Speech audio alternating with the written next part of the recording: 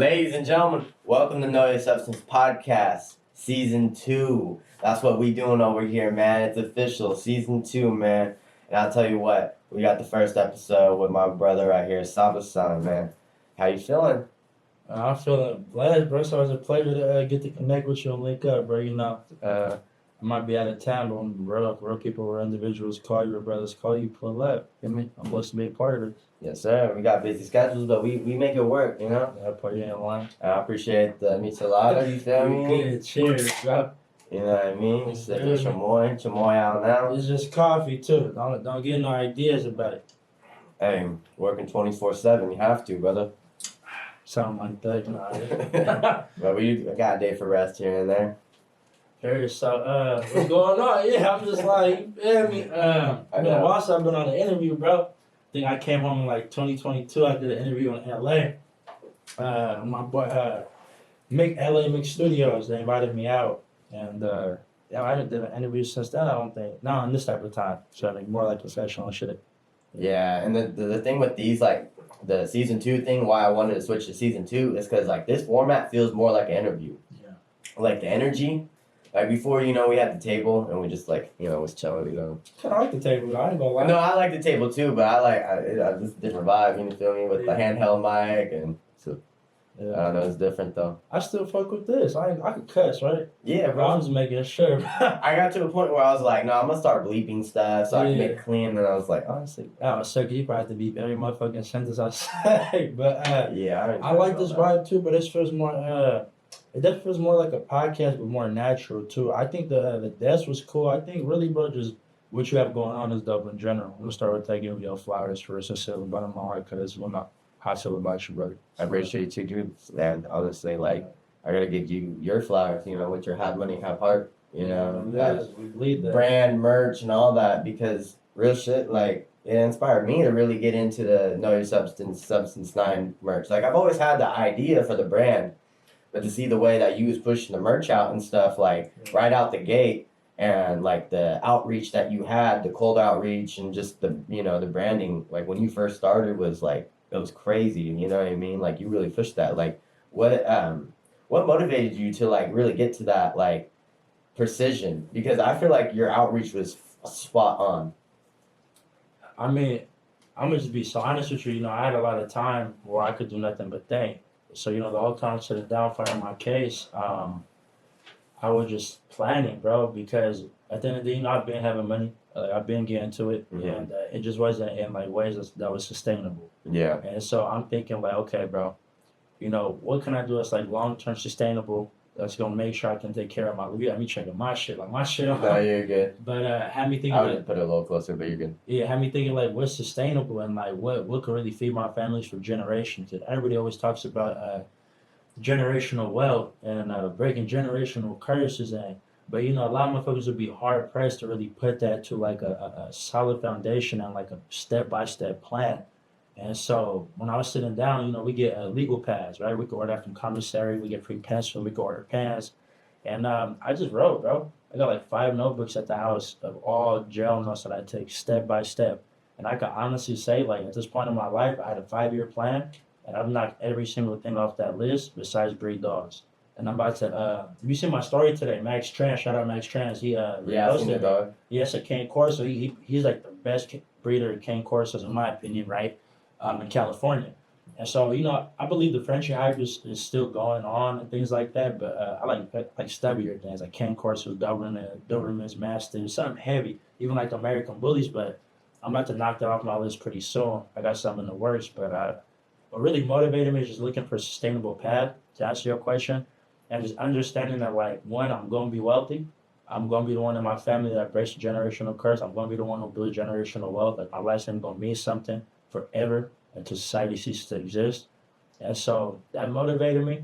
Having that free time motivated me, because I thought, like, you know, when I was on the house, I'm running around. I'm up till 2 a.m. and up at 6 a.m. Mm-hmm. So if I can do that when I'm out there, I got nothing but time in here. Let me write down my plans. Let me write down every idea, no matter how crazy it is. And I think that's what initially motivated me, like sustainability and just not making excuses and going, like, what I want, but the way I want it needs to change. Yeah, and I think having a plan is super, like, I think that's, like, key. Because like you could like wing it, you can get by, you could just fake it till you make it. But unless you have a plan, you're really not even gonna know where you're at in that whole process. You know what I mean? Yeah. Like you don't know if you already met your plan. You know what I mean? Like because it's all over the place. So the fact that you can just jot down what you do step by step is super essential.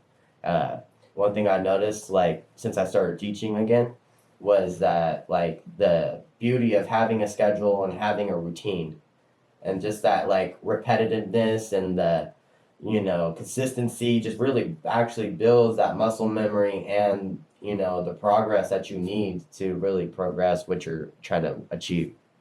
you know If I was to comment on that, like we're both musicians, right? And what they say, I don't know who said this exactly, but like, you people face burnout, right?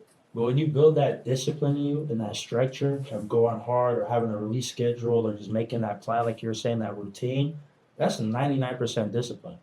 Talent, bear with me, is like 1% of it, honestly. Because you can acquire the talent, you can perfect your art. But when you come across that burnout stage, it's not even gonna feel like burnout because you already built this routine, right?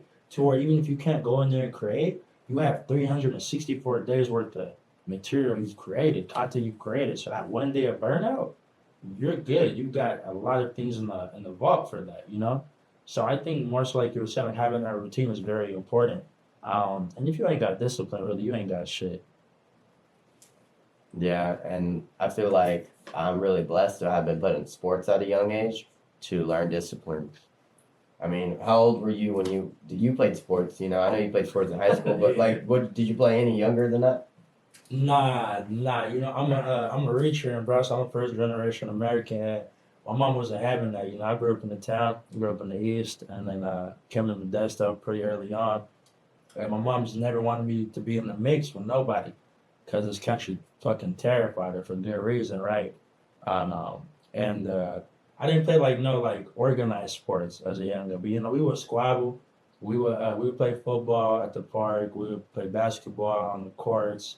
I used to skateboard. I don't know if you knew that. I used to skateboard. I didn't really get too heavy into it until like eighth grade, and that's when I kind of got good. I mean, I could do a kickflip. That's amazing to me. I don't think I could do it no more. At the time, I'm like, fuck, I could do a kickflip. Mind you, it was on the grass, but it's still a fucking kickflip. Yeah, A kickflip is a kickflip. You get your Thrasher shirt, you're good. regardless, you feel me? Certified skater. You hear me? I still haven't landed a kickflip. Ever? You was Never. deep in it too. The closest I got is I landed on my board, but it slipped right underneath me. Nah, we gonna count that. Just edit that part out. We counting that. Yeah. Alright, never mind. We counting that. Alright, we certified over here, man. man. Hey, Thrasher. Yeah, you feel me? Where the endorsements at, man? Thrashing shit. I ain't gonna lie though. Really, I don't know if you got like a structure for this interview, but like, really, bro, being around like TC and them. Shout out my boy TC. TC. From the West. Shout out TC down there too. But yeah, being around them, y'all was really skating, bro. Like y'all was really raw. Like the thing with skaters, bro, is like they really terrify me. Cause they don't give a fuck about anything, bro. They don't. Bro, break up like the bone could be like Matty Ruger, like Robert Boy, free Robert Boy, man. But like seeing like bones out of like skin and you're like, oh, I'm good. Like and try to land it again, like bro, that's actually crazy to me. Like, yeah, how could you can't win. Yeah, how would you break the bone's sticking out of your body, and you finna, I can't wait to bounce back. Like, nah. I'm done retiring after that.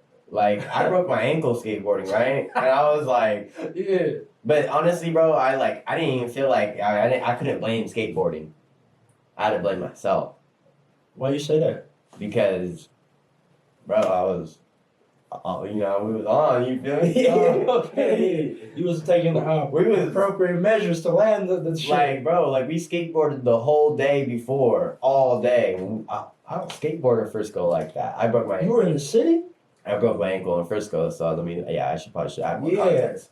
So we was there for Cameron, shout out to Kick Push. Oh, yeah, that's my boy. Yeah, shout out Cameron. We were out there in Colorado. Man, we were out there for his birthday with Coda. Shout out Ink Destroy. Shout out Carter, man. You know what I mean? So we was out there because Coda was living out there, and then it's Cameron's birthday. We skated all day, bro. Yeah. And I don't be skating like that. Like, we were skating a lot during the pandemic because this was like October 2020. Yeah. You feel me? Like, So we was outside like all summer, like we was skating tough. But like the city's different, bro. Yeah, for sure. We out there doing all this other stuff, and like that last day, the next day, we were like, let's skate a little bit more. And then I just got too confident, and then whoop whoop.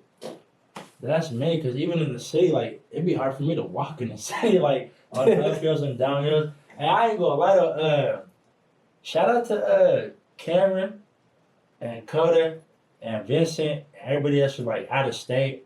Bro was on the show the other day, right? Yeah, he was like, you know, my boy Sabasonn listening, pushing the music. And like, bro, like, I ain't gonna lie, like, our little group, because when I moved out here, bro, I was hella like, you know, I was really into like playing football and like IB program. I was really trying to be a good ass kid, bro, and do that route.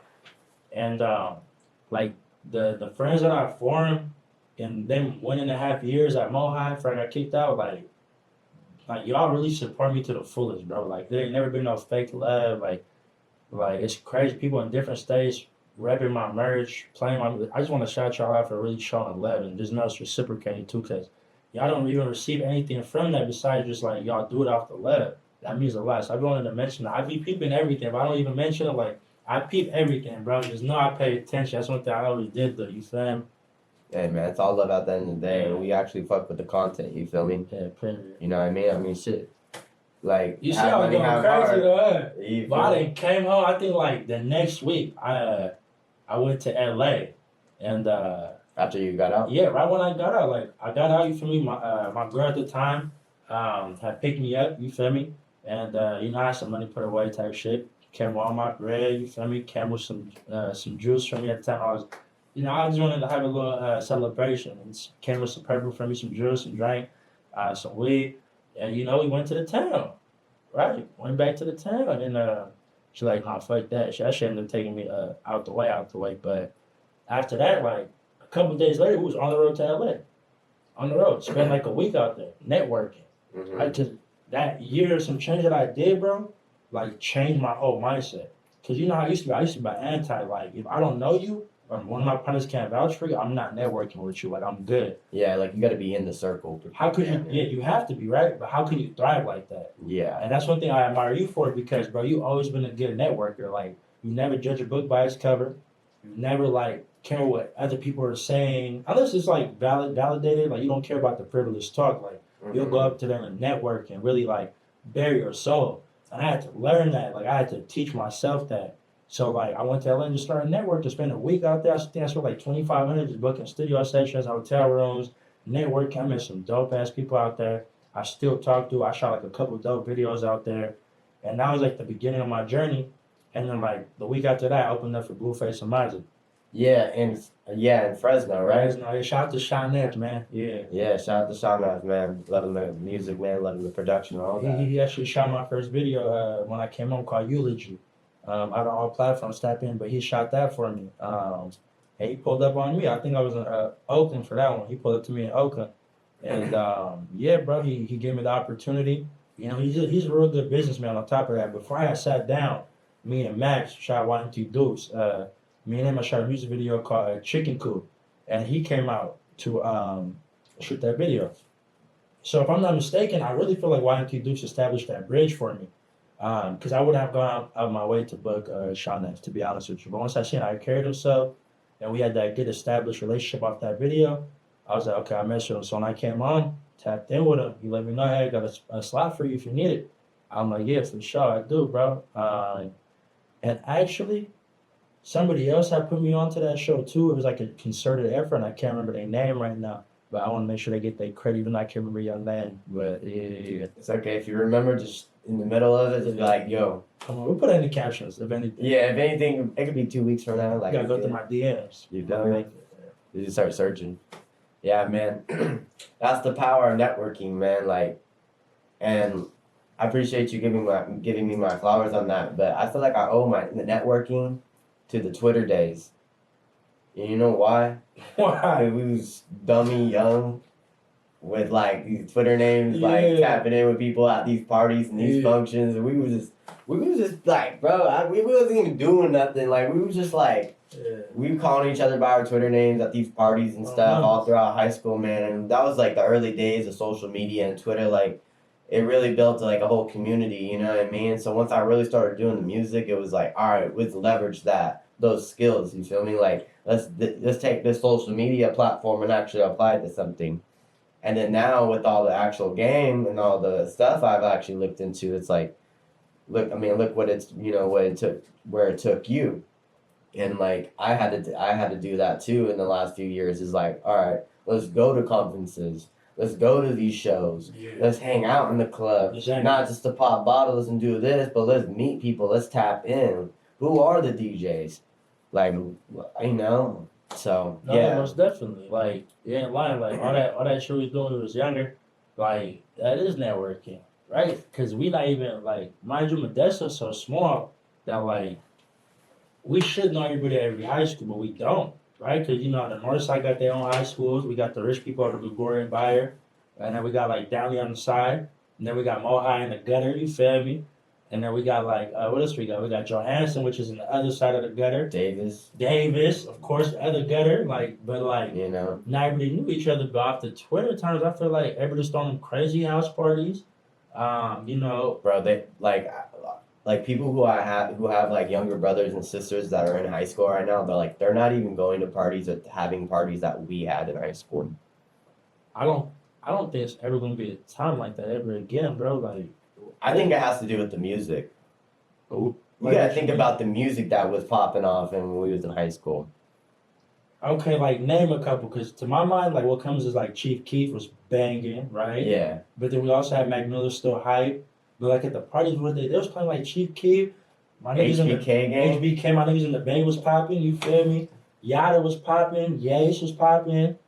RP Yace man, free Yada. But like what were we playing, bro? It was like a slew of shit, bro. Bro, like I just remember hella bass shit. Yeah. I'm super sure I could turn. Like obviously Mac Dre, like Too Short, like all the classics, but like bro, the underground shit at the time was like HBK, Young Kurt, like oh man, I didn't know. Yeah, I didn't know. Yeah, like and who gives me like Young Kurt type vibes or like shit like that? Who? I'm gonna say. Say it. That boy SB James. Yeah, I swear he do, bro. That's my dog too. We been supposed to work, but I just been hella busy. But yeah, the music is definitely different. I feel like the music they listen to now, bro, the shit they glorify. Like you go to a house party, you might really die. Like, well, yeah, like towards the end of high school, like my senior year, like it started getting to that point. You know what I mean? Like that was like the end of it. Like I would say my sophomore, junior year, and those are the years between like. So I'm gonna say this, like 2013 to like 2015 had the best parties for me in high school. That was like our freshman to like junior, senior year. Yeah, but like I know the parties before that were hella cracking. Like shout out to DJ Unique, he's out there in LA. Yeah. Like he was DJing out here, and that's why I hella fuck with him because just the level like him and the other DJs he was with at that time just created this whole party culture, and it just carried on into our high school year where they were still there. You know what I mean? Shit, I didn't even know about that. Yeah. The only reason I know DJ Unique really be out here or something out here is if one boy rather be trapping or Black. Yeah. Yeah, he always be posting type shit. I just put two and two together, but I didn't know he was really from out here like that. No, yeah, bro, he went to Downey. Oh wow, okay. He actually DJ'd like, and I regret not going. I got asked to go to prom by my friend Carla. Shout out to Carla. She asked me to go to prom with her my freshman year, and DJ Unique DJ'd it, and I wish I would have gone because it was so lit that they didn't ask him to DJ again. Bro, this boy got asked to prom his freshman year, boy. Okay. He's outside. Been a pretty boss. Oh my, that's what's up, boy. Yeah, man. So like, I met DJ Unique when I was younger, but I haven't met him like in the last since I was a freshman or sophomore. Because he sold me a ticket to like the YG concert at the time because he was one of the DJs.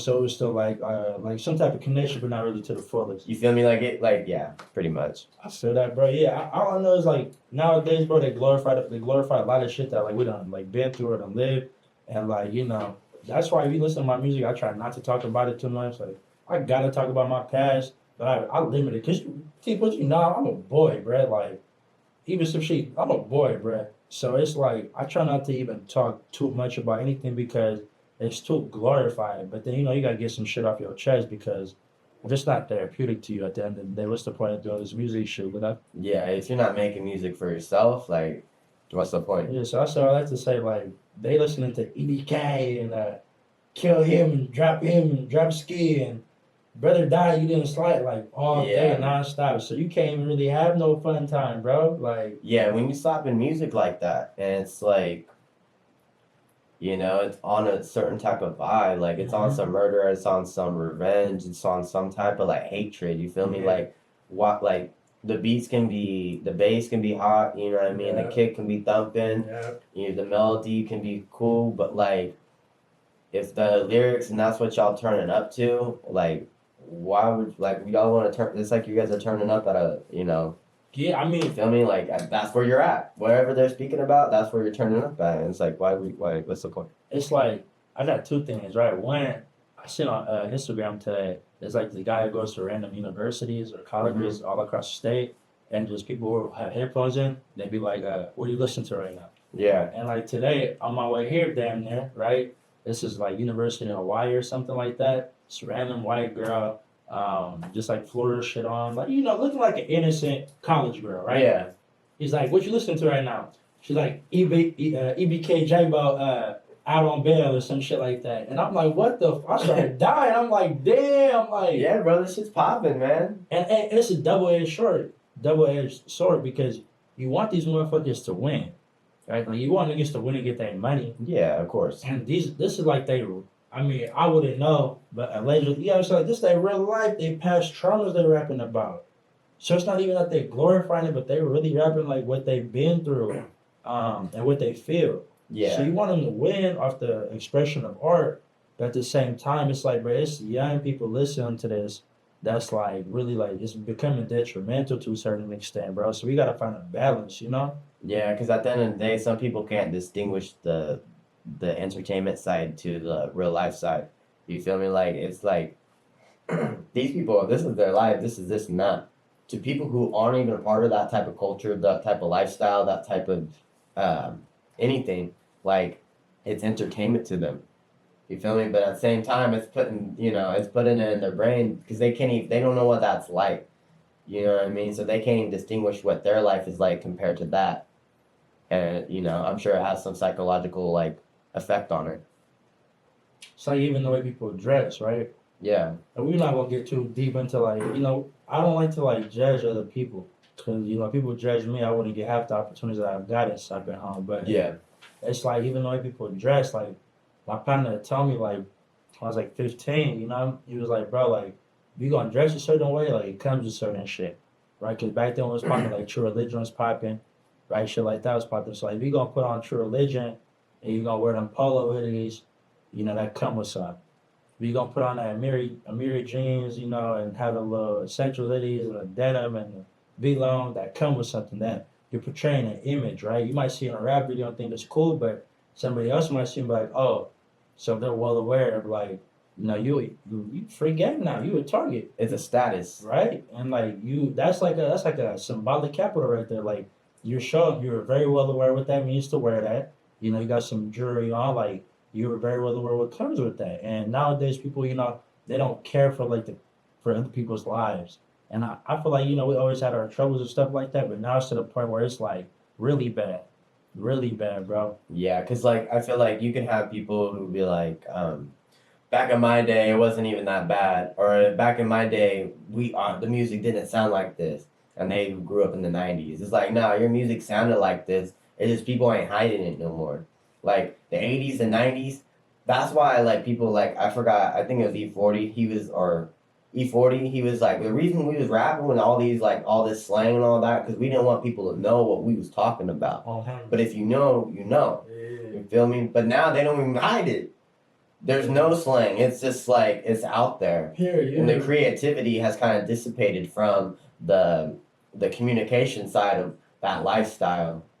Yeah, like even when they do the little like I seen ESTG do an interview, and what's it called like when they break down the lyrics when they ask them what the lyrics. Genius. Yeah, you seen that one? Yo, let me say something before, Yeah, or go ahead and I'll You say something. straight. All right, so I've been fucking with Rap Genius since I was a freshman in high school. So you ahead of the wave. You've been up. You feel me? Like I was on there straight up looking at lyrics, like just decoding them and that platform has grown so much, and I advocate for that platform because it really does. Like, do they have the videos, where they decode the lyrics, but they also have the breakdown, the beat productions, and I just gotta give them their flowers because like they give so much game when it comes to like rappers' lyrics because they even let some of the artists verify what it means. Exactly. Yeah. And I just think that's so dope, and it's super educational. Yeah, it's a beautiful platform, like especially when you get the double entendres all of a sudden. Yeah. The pseudo meanings, like it's mind boggling. Like it's a great thing that they've been doing for a long time. I got hip to them later on. I'm not gonna lie. But I will say like the ESTG one just had me rolling because kind of like before, like we don't want you to know what this means, right? He kind of had that same feeling about it. A lot of us have that same feeling about it. Like we don't want you to know what we're talking about, but if you know, we want you to know. But if you don't know, you don't need to know. But ESTG, it was sound like spinning blocks, sound come back, respawn or whatever. And I remember he was just hella nonchalant. That boy be high as hell too. Nonchalant, and they're like, what that mean? He was like, yeah, like on Call of Duty when you press X to respawn, that's what it means. Like you respawn and you spin back like ceiling fan, you know how they be like he just had me rolling. Yeah, I feel you. Yeah, though, like hella funny though. Like, and he was there with a straight face, though, trying to fight back the laughter though. Man, shout out ESTG, cuz.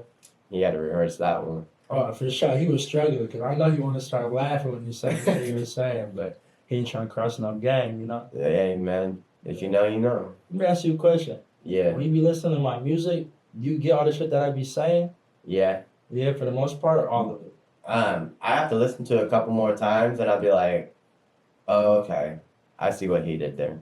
Like that's with all music I listen to. Like I can get like a first initial like thought, like, oh, this is what he's talking about. But like really, it really takes me to like listen to it a couple times. Like even the songs that we do, I'm like, I don't know, maybe he meant it like that. You know what I mean? Exactly. But like even like people say that about my music. I love it. I think that if music has multiple different meanings, that means you're providing I'm gonna say maybe a platform, not even a platform, but a medium for people to interpret things based on their lifestyle. Exactly. If you like clearly define something, you don't leave no room for like dialogue. Yeah. And that's why like open-ended questions is so phenomenal. Like when you do research, I learned this at school. When you do research or you do interviews, you're supposed to like the ideal method is to like ask open-ended questions. Because if you ask a yes or no question, you don't get no insight and no context to the answer.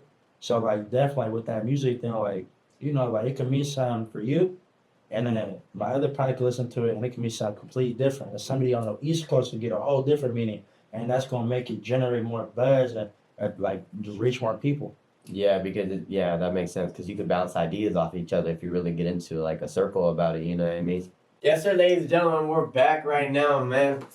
You've tuned in this far, man. I appreciate y'all, man. I appreciate all the love for No Your Substance Podcast, man. So, man, so we talked about the brand. We talked about the motivation behind it. We talked about, a couple other things. You feel me? Like, man, networking and all that. Like, I feel like networking never stops, though.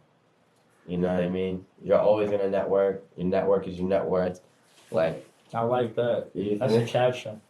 Yeah, You're gonna be surprised if I pop out in 2 weeks with that caption. Hey, it's gonna be like 4 songs. I'm gonna tag your ass on that motherfucker. I need to get that royalty check. I got you, buddy. You know me. No, but I got that from somebody else. So it's all good. Inspiration, the highest form of human motivation, or whatever the fuck he was saying. But yeah, networking is important, bro. Like you gotta get out your comfort zone. You got to. If you try, you don't have to. But if you know what you want in life, and you know it requires you to like get outside your shell, you have to network. Cause I be low key. Sometimes I hate it. Like especially at school, bro. I go to school with a lot of like real privileged motherfuckers, and I hate it sometimes because we don't have no similar like lived experience. But it's been real beneficial. Like networking is using the resources, not necessarily taking advantage of people, because sometimes people think that that's what it means. not networking, just building like a solid, like genuine relationship with somebody, and then like sharing resources, pulling your resources together, and just making sure like bro, like I had something popped up for me. I don't DJ. I know you DJ. I said that to you the same day. Put you on, right? There was an opportunity to do some shows.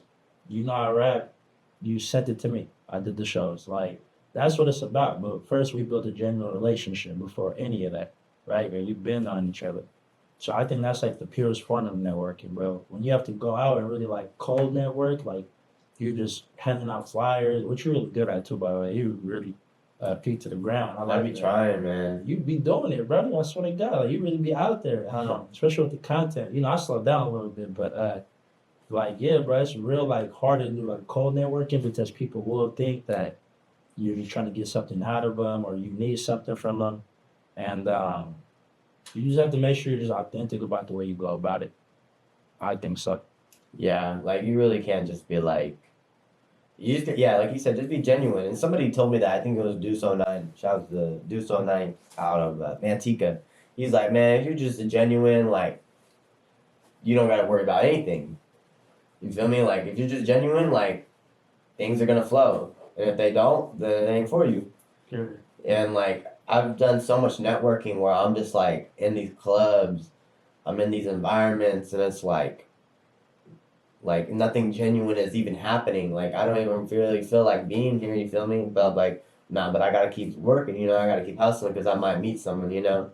And so like you kind of get on that fine line where like, is this even for me, or am I reaching too much? And like that's trial and error, man. Like that's all part of the lessons and staying humble, because you just gotta keep at it at the end of the day. I mean, like that club scene different. Like I ain't gonna lie, you be doing your thing when it comes to that.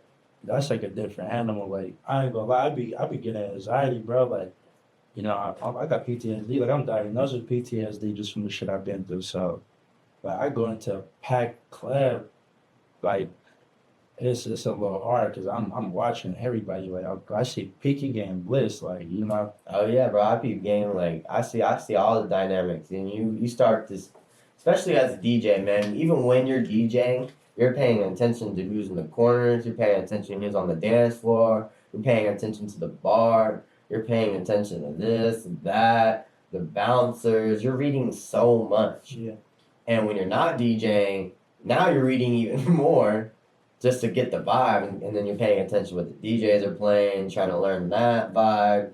When you know what I mean? Like, and ever since I started teaching a lot more, like, I haven't been going out to the club, If I DJ, I DJ. But when I went back to the club, like, a couple weeks ago, I was like, damn, there's a lot going on. Like, I'm not used to it, you feel me? Like, the nightclub scene, and it's like, It could be overstimulating. it's way It's like overstimulating. a lot of lights going on. A lot of people are moving sloppy. A lot of people have alcohol on them. People when they get drunk, they just think there's something that they're not, or like they just turn into something different. And it's just a lot. And I never liked it, bro. Like even when you invite me to do like the shows, like the nighttime shows and shit like that, I'd be uncomfortable, bro. Like, but once again, you gotta get outside your comfort zone. But for you, I'm hearing you say like when you DJ, you gotta like you have to see the dynamics and feel the vibe because that's what's going to let you know to switch the song, Yeah. right? And like for me, when I'm rapping, like I'm screening the crowd just to make sure one like safety at all times, right? Like we checking threats and liabilities, but also like I might call a like an audible. Like if they're not feeling this song, okay, if they're not feeling winded, fuck it, nonchalant. So that means because that's more of a club song, I'm gonna put nonchalant on. There's some more women in there. I'm about to rap overtime. Or I'm about to rap like me and you, my boy Ty from LA. Like you gotta read the room at all times. That's just in life in general. Like in your classroom, don't you feel like you gotta like you can teach in there too, but you gotta like read the classroom dynamics. Like it's very important in life in general to be just aware of like the energy around you. Yeah, because like if you're around like growing up, I've been in environments where like the energy was off, you know what I mean? Like But what you mean by that? You mean like at home or in just at public? home, Yeah. school, public schools, or just like even like in football, you feel me? Like the team's off, like I could tell if we gonna lose the game. Ain't nobody fucking with each other. You feel me? Like, No, exactly. I feel that. Yeah. you know what I mean? But when we all together, like it's cool. Like, oh, we gonna run shit up. But you feel me? Like all these different environments where you gotta read people just so you can communicate and get the job done. And then even in family life, you know, and like uncomfortable situations, like, you know what that's like. And then as a teacher, you're like, okay, I can read how these kids' energies are, you know what I mean? Yeah. And they're young, so it's like they're not trying to hide anything, you know. They don't know how to hide it. Sorry, I'm You trying try to to catch you try to do the Obama right now. I'm trying to catch a mosquito. Yeah, you seen the Obama clip? No, I haven't. What? Boy, that boy crazy. He said- Well, like I think I got the smoke. No, I thought I had him, but he just reached out like this and boom. Yeah, we finna stop because he finna drive us crazy. But I don't know how to ignore the flies. You learn that quick in the county. Buzz, but yeah, bro, it's very important. Like I swear, man, Obama got a clip where he was just in an interview Yeah. and he was like, I swear to God, and then the interview was like, "What is that?" He's like, "Oh," and like he just It just flies out. It was crazy, bro. But yeah, it's very important, bro. Like at home, you know, that's your home is the first place where you really learn what, like that's where you become socialized at home. So if you got a fucked up home, that's normal too. It's not fucked up. That's how you grow up. That's bread and butter. Yeah, but then you go to your friend's house. Like mind you, my mama raised me. You feel me? So like, I'm thinking it's supposed to be one way. Like, you know, you gotta really like whatever you eat for the week. You know, you gotta think ahead. Like you gotta make it stretch. Or if you can't get all your equipment for like I play spring football. You feel me? If you can't get all your equipment, you gotta go out there and fundraise. You gotta get your dollars up. Or if you want some clothes, you gotta go hustle for it. Things like that, right? But you know, when you go to your friend's house, like I had my best friend growing up, you know, his name was Gilbert, right? Mexican dude taught me Spanish. That's why I speak Spanish, bro. I started there with him. And you know, he had his mom and his dad, and he used to go over there and eat dinner down there every night. True story, I don't think most people know this, bro. That's my best friend, like growing up, bro. And if he called me right now needing something, I'm there for him. I mean, we didn't even fall off. I just moved. He doing his own thing. I turned up, went through what I was going through, but every time I see him, it's love, right? Yeah, bro, like he had a great dynamic, feel me? And now like now my whole vision changed. Like, oh, so maybe like how I'm growing up isn't normal. It's just like my reality, but like this could be my reality, right? And I'm going to like when I started growing up with Gory, you know, I started making friends. You know, I'm good at making friends because like, bro, I'm an authentic motherfucker. Like, so people would invite me to their houses. I'm thinking they're gonna invite me to a regular house. I'm pulling up this fucking Del Rio mansions and shit, bro. Or like Crazy. what's that one here in the north, all the way in the north where it's Dutch Hollow. Dutch Hollow, bro. They invited me to Dutch Hollow to their house for some food and like I'm pulling up. It's castles, bro. It's real life castles. Yeah, I shit you. like, You know what I'm that's talking like about? down by Prescott, like down the end of Prescott. Past at the very end, Yeah, you have like to the cut like cut. a left and the cuts on my mama. Like if you don't know it's there, Like bangs. you gonna think it's a regular house, and you pull into that neighborhood and it's huge, bro. And now that opened up my mindset again. Like, oh, my life could look like this. Like, so that's why once again I feel like come back to networking. Like it's important because you can see other realities. Yeah. You can realize like maybe like everything I'm doing ain't really normal. Or like my reality don't have to look like how I grew up. It can really look like this. I just gotta put shit in place now. So like later on, that delayed gratification pays off and then it comes heavy. So Yeah, like that makes me think of like that's a great point. Like seeing how some people live and how some people even think. Like I'd be the same way where it's like I have my vision, but I'm like my perception. I'm like, okay, I perceive it like this. This is how I feel. Like I think this is how it is. But like, what if it isn't like that? yeah, So I start thinking outside of my own box that I'm thinking in. You feel me? Like, well, maybe I'm doing it wrong. You know, maybe like life. You know, like how can I get like you see like the houses and stuff. You're like, how do I get to that? You know, or how do I network and stuff? Like, and you just gotta start thinking in different angles of the people who got there. You feel me? Like, yeah, I know exactly what you mean. It's crazy. it's funny you mentioned that, right? Because whenever I go to a new city, this started in LA for me, right? When I first came on at the same time I was telling you about, this started with this, right? I will go to like Rodeo or Beverly Hills or like the Upper Heights, right? Where it really it's like one road like twists around and these houses are beautiful, bro. And I would start visualizing me in these houses and just drive to like the richest areas in Beverly Hills and look up how much this house costs. Okay, 2.5 mil. Okay, that's cool. Look at another house. Oh, this 10.5. Okay, for sure. Like, I already look at different neighborhoods, bro. You know how it started? I was trying to find that neighborhood where Nipsey took that picture on the horse with Lauren London. I was trying to find that neighborhood and take a picture similar to that. Mhm. This whole time, I found out that he took it in his hood. I'm not realizing. I'm thinking he took it in like off of Dale Drive or something like that, or Beverly. But so long story short, I just in them neighborhoods, looking up them houses, and so now every time I go to a new city, that's what I'm doing. Like I'm going to the richest area, looking at how much these houses cost and like what it looks like to live here and what's around this area and what kind of cars are around these areas because it's bringing me closer, bro. And like I always tell my partners, like I got nice cars, but like the next time I drop a car, bro, it's gonna be after I buy a house, but. Next time I drive a car, that's a Bentley Bentayga. I need a Bentley truck. And like, people don't even laugh when I say that no more. They'd be like, yeah, we know. Like, they expect it from me. Yeah, duh. Feel me? Duh, like, because they seen everything I said and did. But just me doing this, I realized like a Bentley Bentayga only like $250,000. Really, it's really cheaper than that. Just about that. That's nothing in the grand scheme of things. Like, honestly, in the whole grand scheme of things, like you saying, is like money. Like $1 million isn't even a lot. It's not enough to live off of. No, bro. At the level that like some people like, we gotta look at the bigger picture. We gotta look at the game that we really playing. And like, bro, like I know I'll be teaching sixth graders that like when they don't do their work and stuff, like I want to be telling them like, you guys gotta think bigger.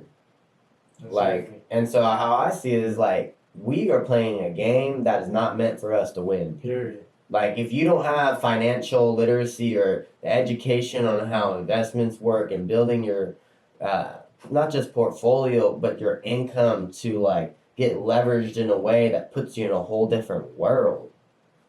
That whole business side of it, that whole lifestyle, like, that's generational. You don't just learn that in one generation. You learn that in multiple generations because it takes, like, 100 years to leverage wealth to that level so you can live in Beverly Hills, so you can live in anywhere. Bro, you know I love this. You know this like this where I get like really excited because you're right, bro. Like if you see people who are privileged and like I don't even have nothing against privileged people. Yeah, of course I have not. something against ignorant people. Right? For sure. That's what I have something against. But like my kids, they're gonna be privileged. They're not gonna be ignorant. They're going to go visit back home, a re-trip, or they're going to visit their cousins in the hood. They're going to understand, right?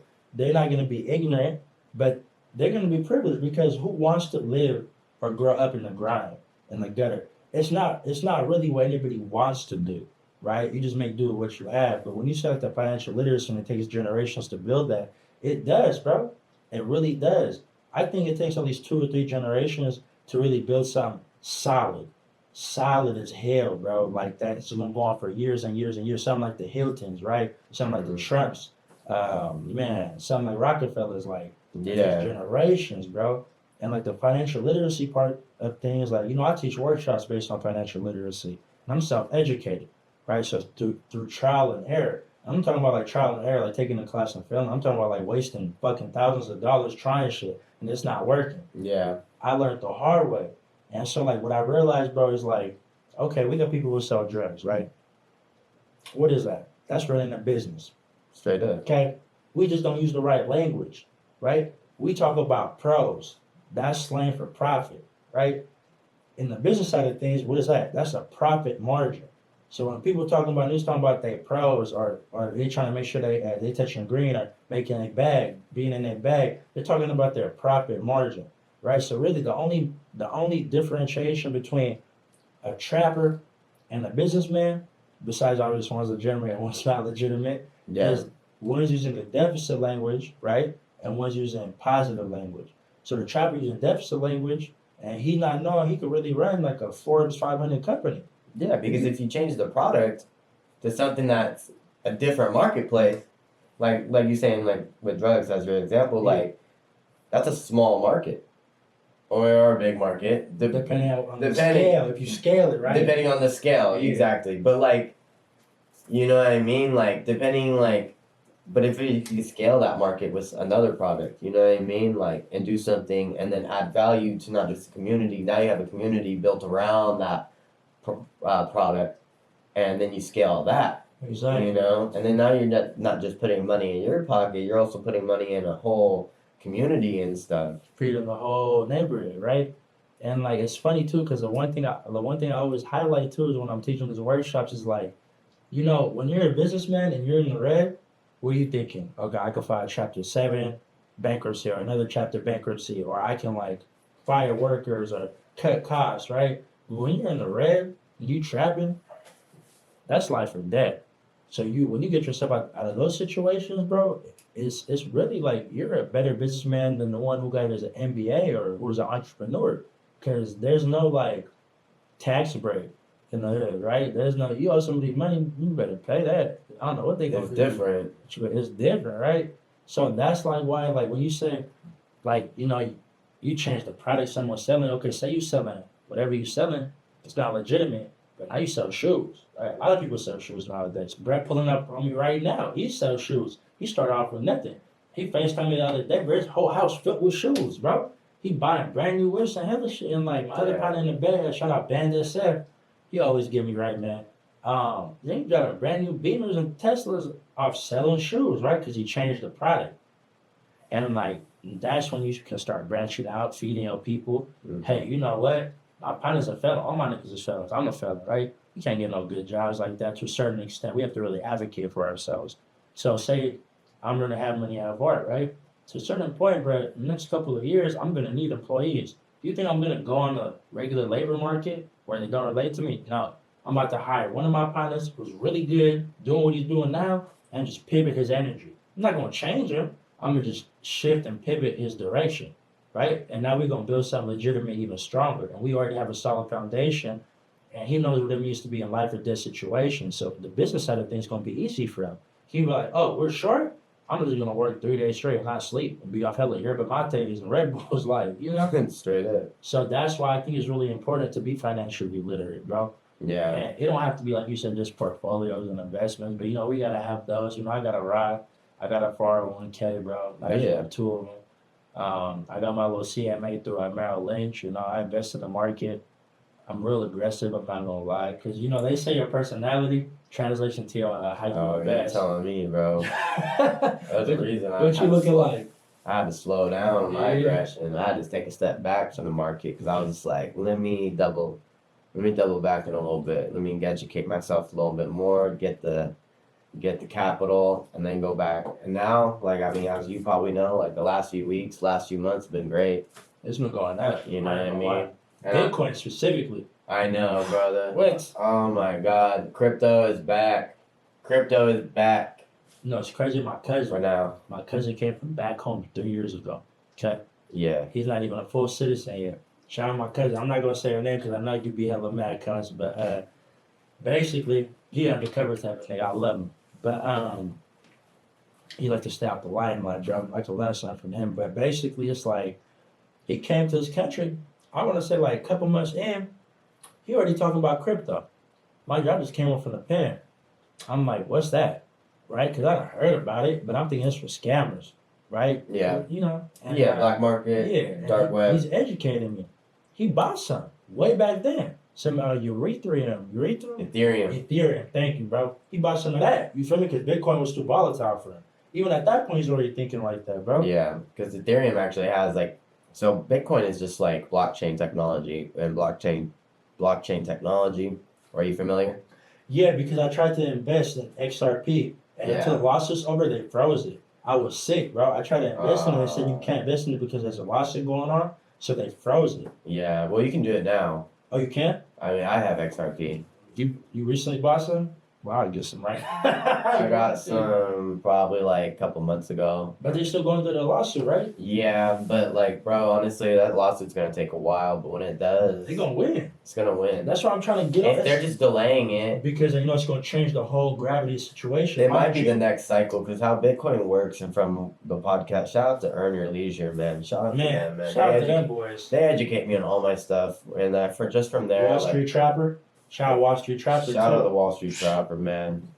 Shout out to everybody that really be putting out financial literacy and making it digestible. Digestible, and Big it's ass words like for no reason. genuine. Yeah. Like they really want you to win. You know, all them boys did time and came on. When you say all them boys, Wall Street Trapper, Wall Street Trapper for it's a sure. real time. Yeah, I know his Came on. story. Yeah. I've seen videos, man. I love his story. But put me on game though, by the way. What were we talking about? The Bitcoin, bro. So Bitcoin goes in like 4-year cycles. Okay. The last 4-year cycle was during the pandemic, and during 2021, like that was when everything was up.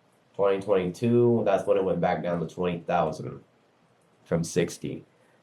So now it's a 4-year cycle. Well, 4 years ago was 2020. Yeah. Now it's at 72,000. So I'm not saying, and this is not financial advice. Yeah, disclaimer. No lawsuits. But if you follow that 4-year cycle trend, that, you know, because in 2018 it was like it was dumped. It dumped down. So like 2020 it was up. Now we're in 2024. It's up. That's 4 years later. So in the next year or two it might go back down again, but not to 20,000.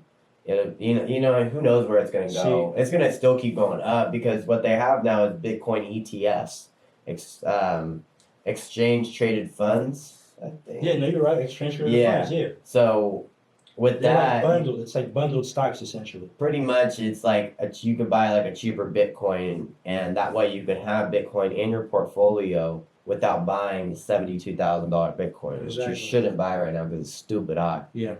And yeah, man, that's just another way to diverse your portfolio into crypto in a safer way so you don't miss out. If you peep game too, bro, it's like earn your leisure too. I learned this from there. I want to say, as long as as well as my own research, you know, like Bernie Madoff, Warren Buffett. I watch all their videos too, Jay-Z. But you know, the market itself is a cycle. So Bitcoin has a cycle. Straight up. But every investment has a cycle, bro. Like 2008 should show that, right? The Great Depression, 1930 should show that. Like everything's a cycle. And so with that being said too, did you notice that like when XRP was like starting a lawsuit, what did the government come out with now? That they want to make their own type of electronic currency, right? Yeah. So it's not like rocket science, but you just have to connect the dots because they're not going to make it easy for you, bro. No. And all the banks invested in crypto when it was stupid low. So it's like they want to, they're like, oh, crypto's decentralized. We're going to take the power back. But I mean, everybody can buy it. Why would the banks not invest in it? Shout out to Ian Dunlap, the master investor. I really love his commentary and knowledge on it because it's true. Like, what you think, like, regular people are going to invest and get rich and the banks aren't? Because they're going to be against it? No. They're going to be first. They're going to be first, for sure. Like, at JP Morgan, he says, like, is heavily invested in Ethereum. I think. I ain't gonna lie, fuck Chase, bro. Like, unlock my account. Release the ban. Like, for real, bro, that's out of pocket, bro. You see me doing this community shit, see me going to school, I lock my motherfucking account. Alright, my bad, though. Nah, that's it, man. Like, bro, they got me sick. Release the ban. Release the fucking ban, bro, so I can feed the community. Yeah, man, it's gonna go straight to the community. Like, at the end of the day, like, everything that we do, like, we want to put sidewalks in places, you know what I mean? We want to put, like, businesses and, like, communities that we see that need them.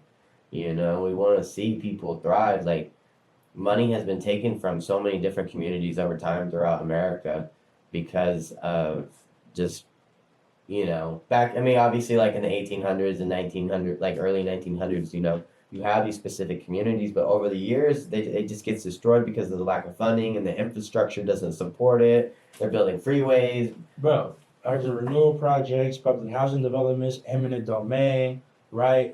White flight to suburbs, you get what I'm saying, bro? Redlining, like, it all, like, everything that's happening now isn't like, oh my God, how did that? No, it was a plan. It was planned out. You can look it up in books, bro. Patrick Sharkey, look up his work. He'll lay it out for you, word by word, exactly how everything that was supposed to happen to come to transpire now was established in the 1920s all the way to the 1980s. So this should not be a surprise to nobody, but we're not having equitable access to this type of knowledge, bro. Now it's getting better. But shout out Patrick Sharkey, that's a way back sociologist, but he really gives the game up fully. And like, we just trying to bring the communities back to what they're supposed to be. And I'm glad now. I feel like COVID changed a lot. I was down, honestly, for the entirety of COVID, but like, I just sensed the change of vibration. Like, a lot of people talking about buying real estate. A lot of people talking about opening up LLCs. Even though that was like a bunch of bullshit, open up an LLC, fuck Yeah. guy in. There was some merit to that. Like, if you do it the right way, cuz, like, Real shit. it can't, like, I opened up an LLC, right? Not off that hype because I had a plan, but now I changed my tax structure to an S corp, right? Because that's what comes with, like, going through the motions and trial and error. There is merit to that, but don't think you're about to open up an LLC and be rich. No, that's not what's about to happen. You got You're actually more about to pay double responsibilities. taxes in the beginning, right?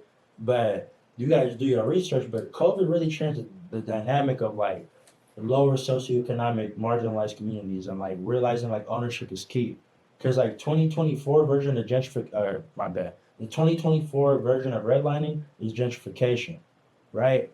And like it's crazy because I don't know how familiar you are with SAC, but Mozzie, where Mozzie from, he's from Oak Park, right? That's the grind, right? So the mayor of Oak Park, the mayor of Sacramento, he used to be a basketball player for Phoenix Suns, Kevin Johnson, I think. He gentrified Oak Park, 35th and Broadway. He started gentrifying Oak Park, bro, which I cannot believe, right? But he successfully gentrified it. But guess what's happening? People were getting displaced because we lower socioeconomic marginalized communities tend not to have as much ownership. So when you don't own something, you rent it something. When you rent something on the open market without rent control, when the rent goes up, you can't pay.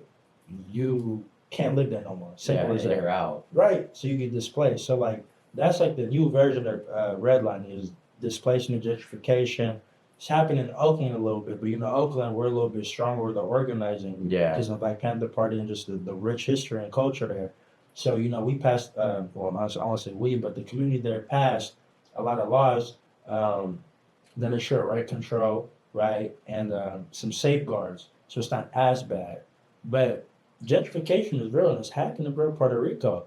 When the hurricane happened, right? What happened? White, wealthy investors came, just bought hella shit in Puerto Rico. When I went to visit there, I'm hearing stories from the locals about, like, how it changed everything, bro. And now people who were living there for years and hundreds of years, right? They can't afford to live in what's home to them because of displacement and gentrification, bro. And that's kind of happening in Hawaii too. We look at the fires in Maui. Yeah. A lot of people had to leave. You know what COVID was? COVID was like a discount. Everything became cheaper. Yeah, man. It was a weird time.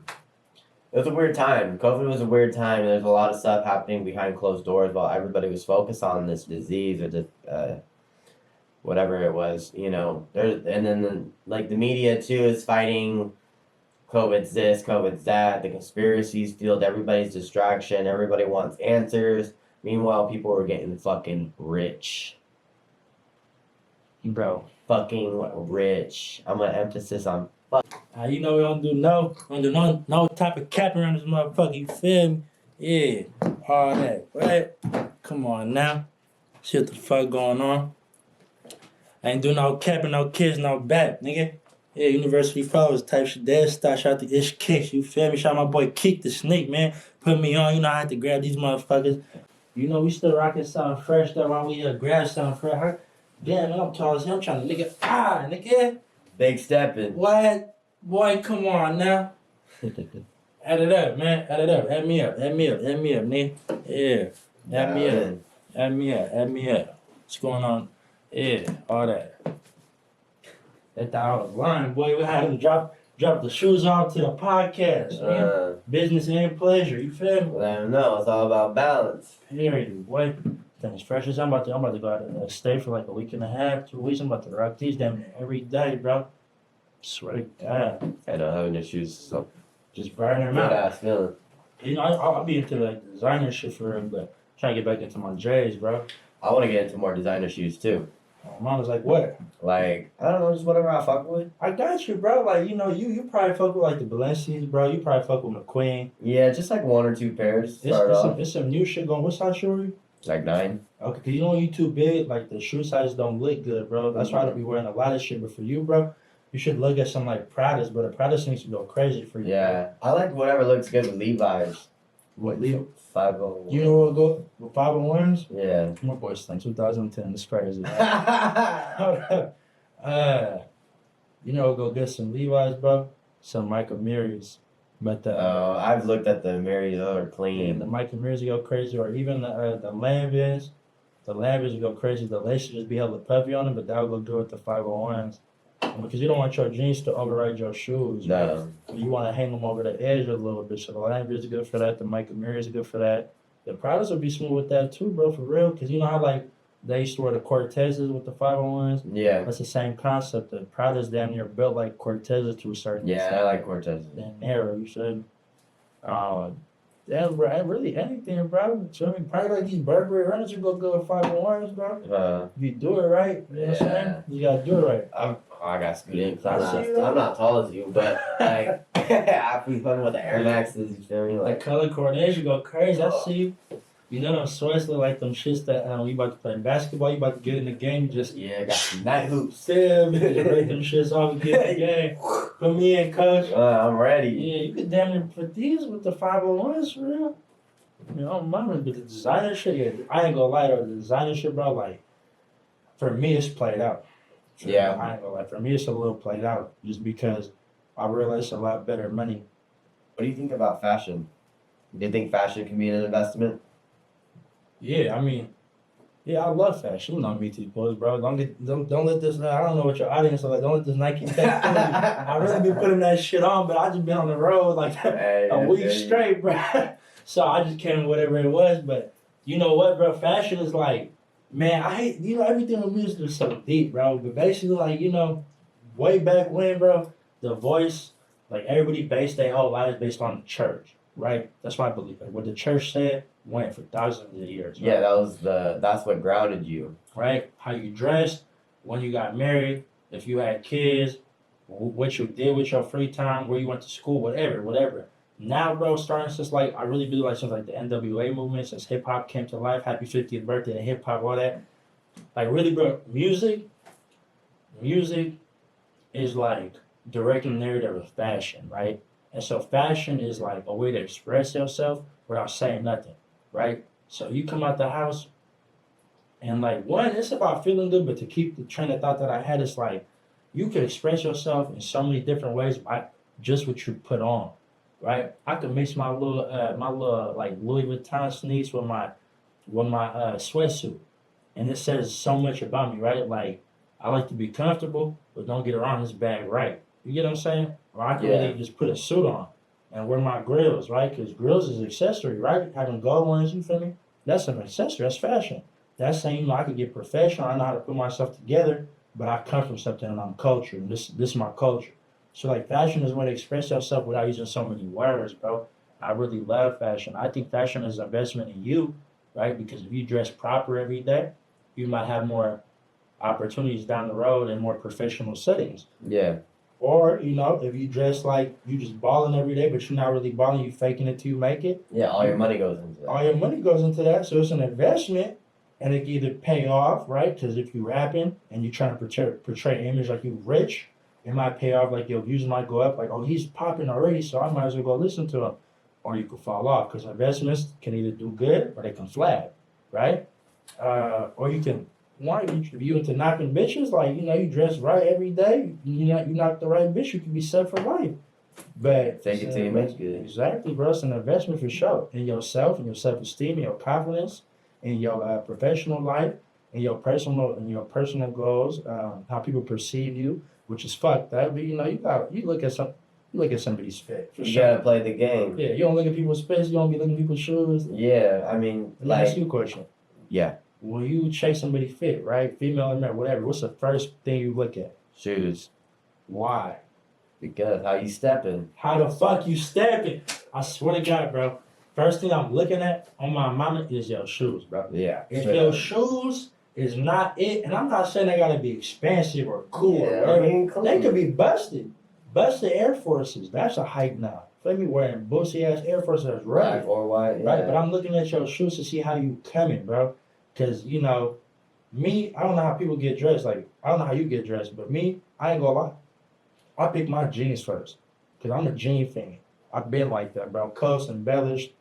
coats, umbrellas, Amiri, damn purples for sure. They kind of played out frame jeans, Acme, uh, so Levi's. Even if I went back in the days, bro, I go to H&M for some cheap jeans, not some throwaways and shit like that. Mhm.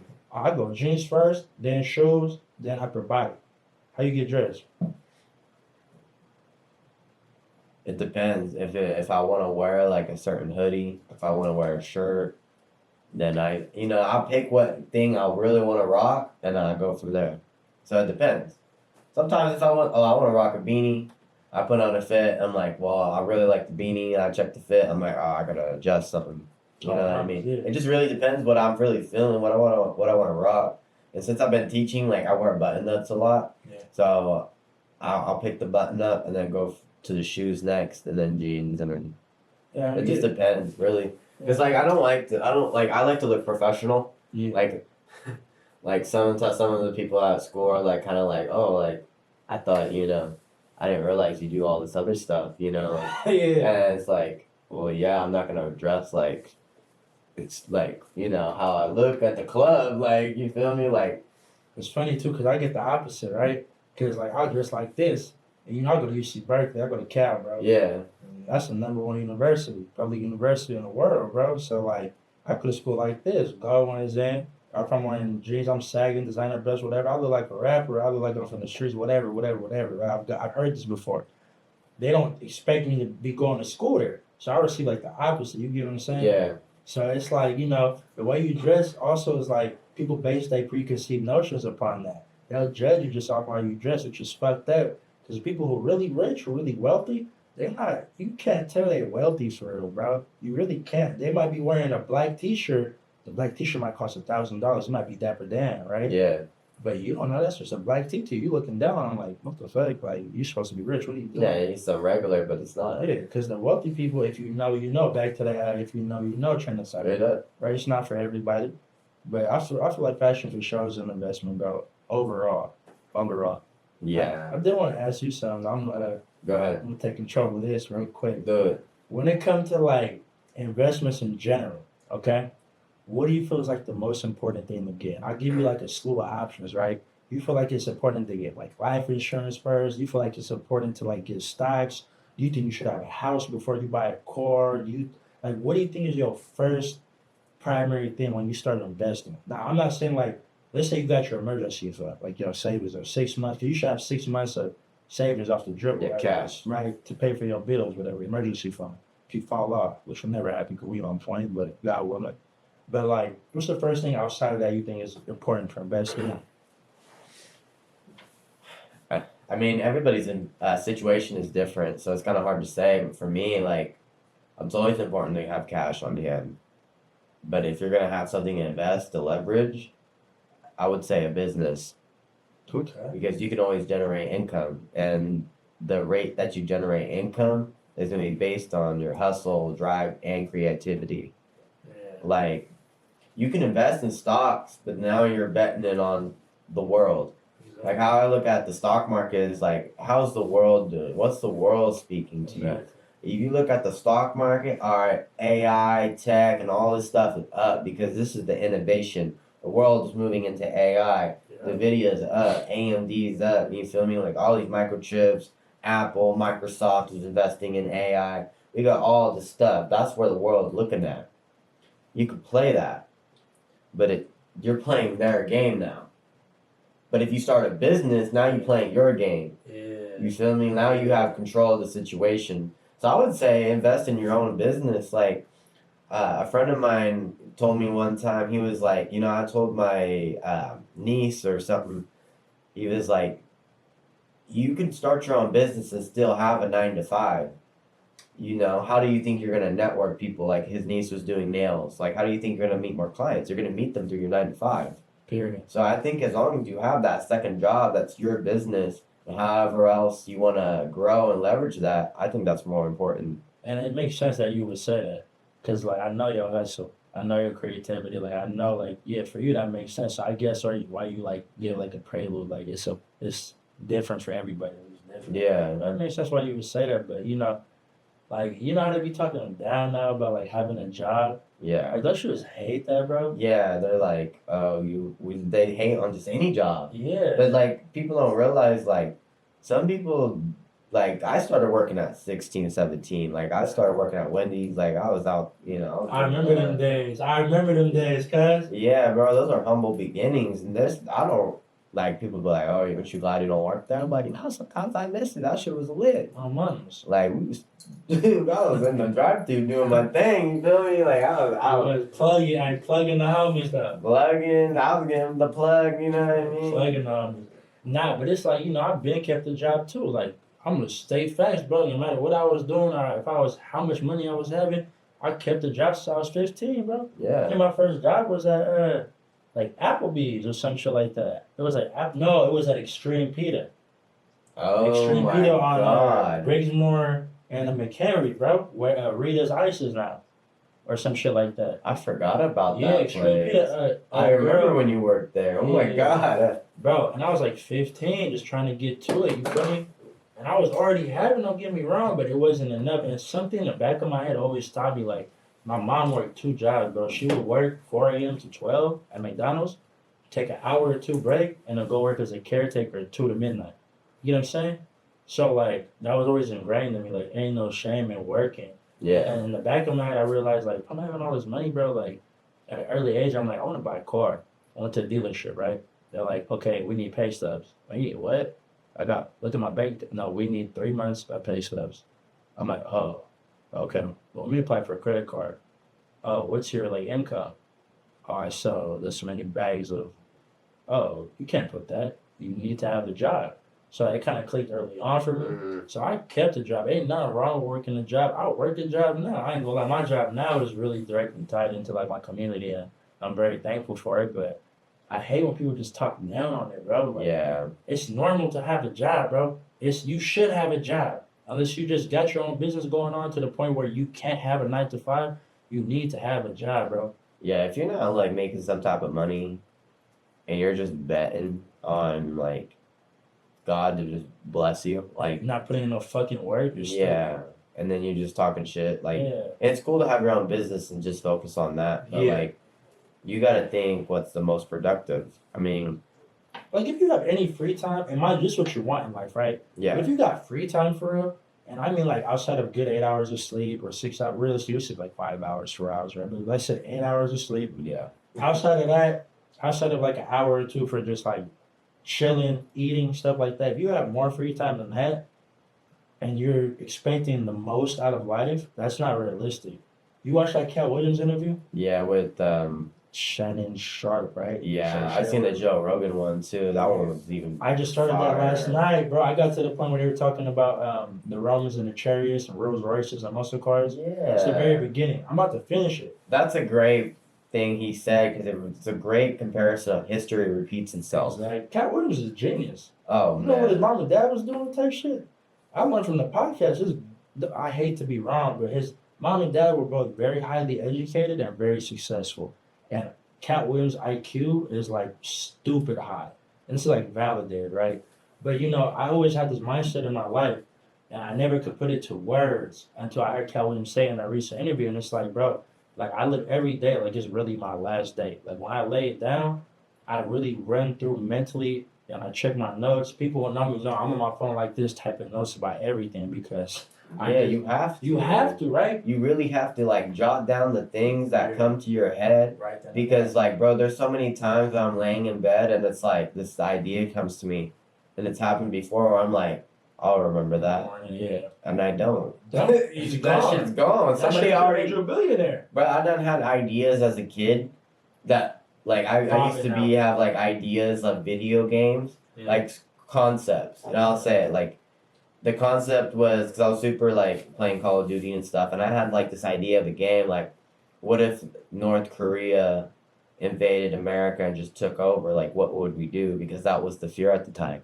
Mind you, bro, 4 years later, they came out with a game with that same exact concept. And I was tripping, because I was like, that's my motherfucking idea. Mom is in. They beat me to it. Nah, we should have sent that cease and I desist. shouldn't have been fucking around at 8 years old. Oh, mamas, do you get what I'm saying, though, right? Yeah. Like every day you gotta live it like it's really like your last day. That's what he said. Like if you lay down and you know it's gonna be your last day, are you happy with what you did today? Once you start thinking like that, I think your life just changes naturally. Yeah, it kind of puts you on like edge almost, where you're and I'm like when I don't do anything, like I don't do shit, like I have a day of rest. It's hard. They want to this way on that. No, Yeah, no, it's hard. Yeah, I know. it's hard, bro. Like it's hard for me just to be like, let's just watch TV all day. Cause you feeling like But I need to because my body hurts. You know, my mind hurts. Like I have to rest. no, that's important. I'm glad you mentioned that because I don't want people to.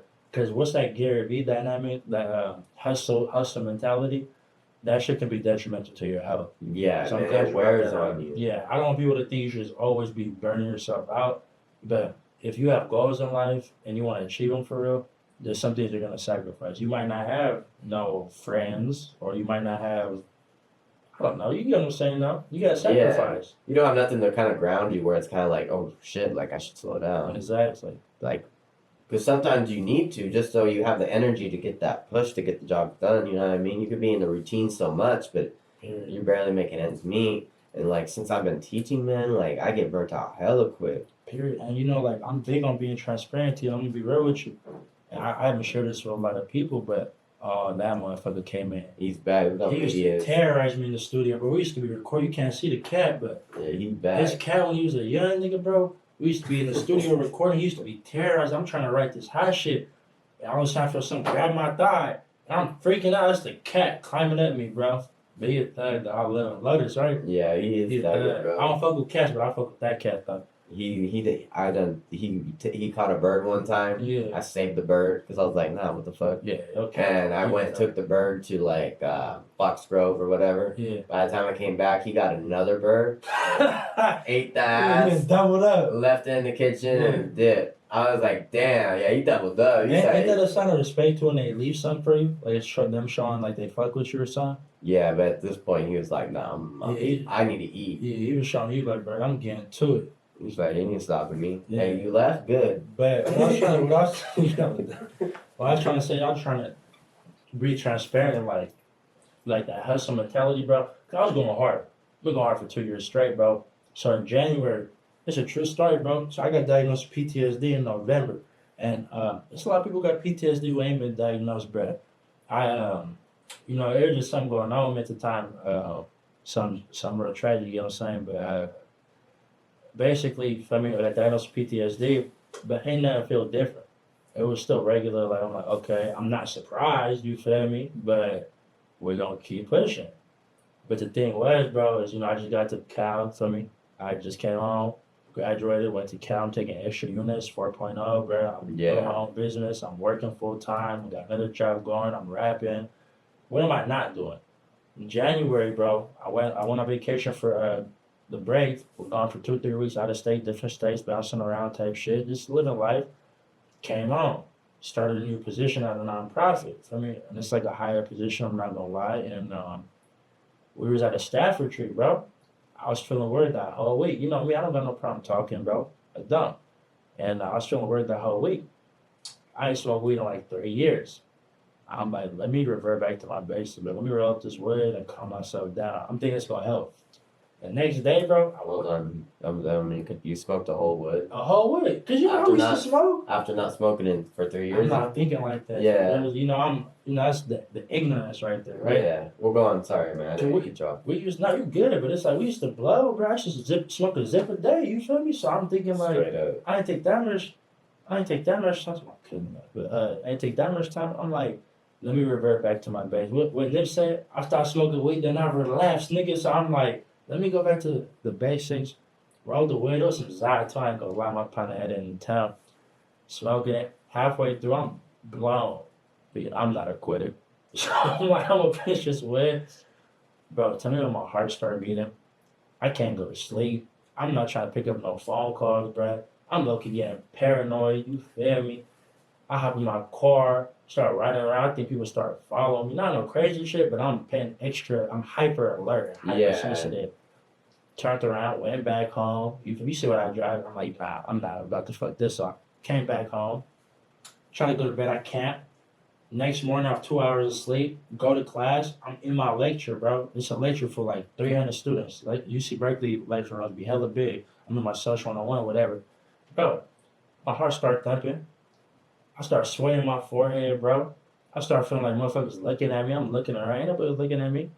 I'm like, what the fuck? I start drinking water, and I'm like, nah, bro. They probably think I'm drinking too much water. Like weird shit, bro. Yeah. I never felt like that, bro. Get out of class, feel better. Get on my car, start listening to my music. I feel good. And I got to do interviews because the job I'm in, we have to interview candidates for fellowship. Feel me? So we changing their lives, but we got to interview them. They're all formerly incarcerated. We get to give them a bag. They're from hoods and hella shit, right? I'm on my way to conduct the interview.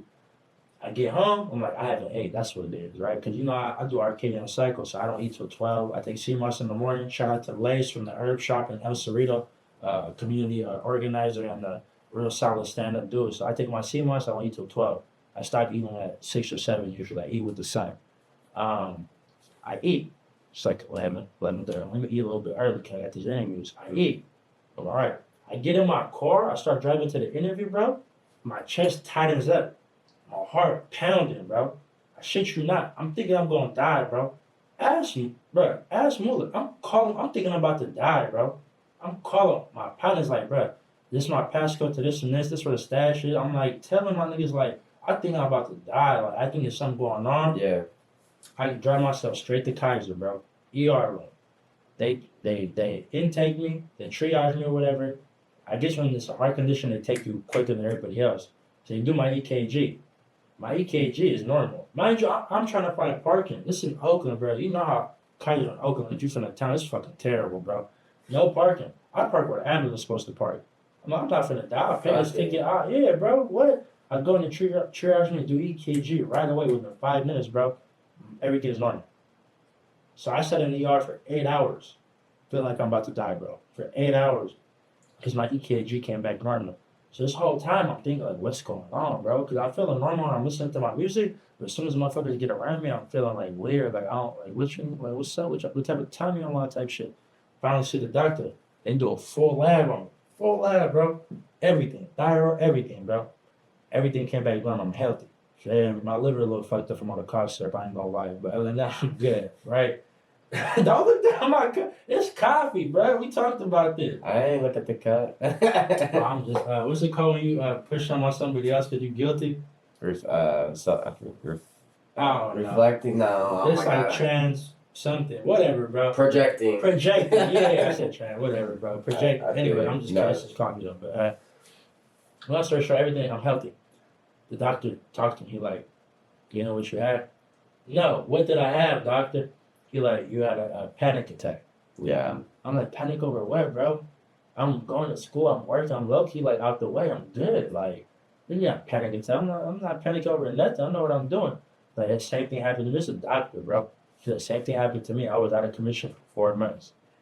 So I'm like, whoa. I'm like, okay, you know me. I don't just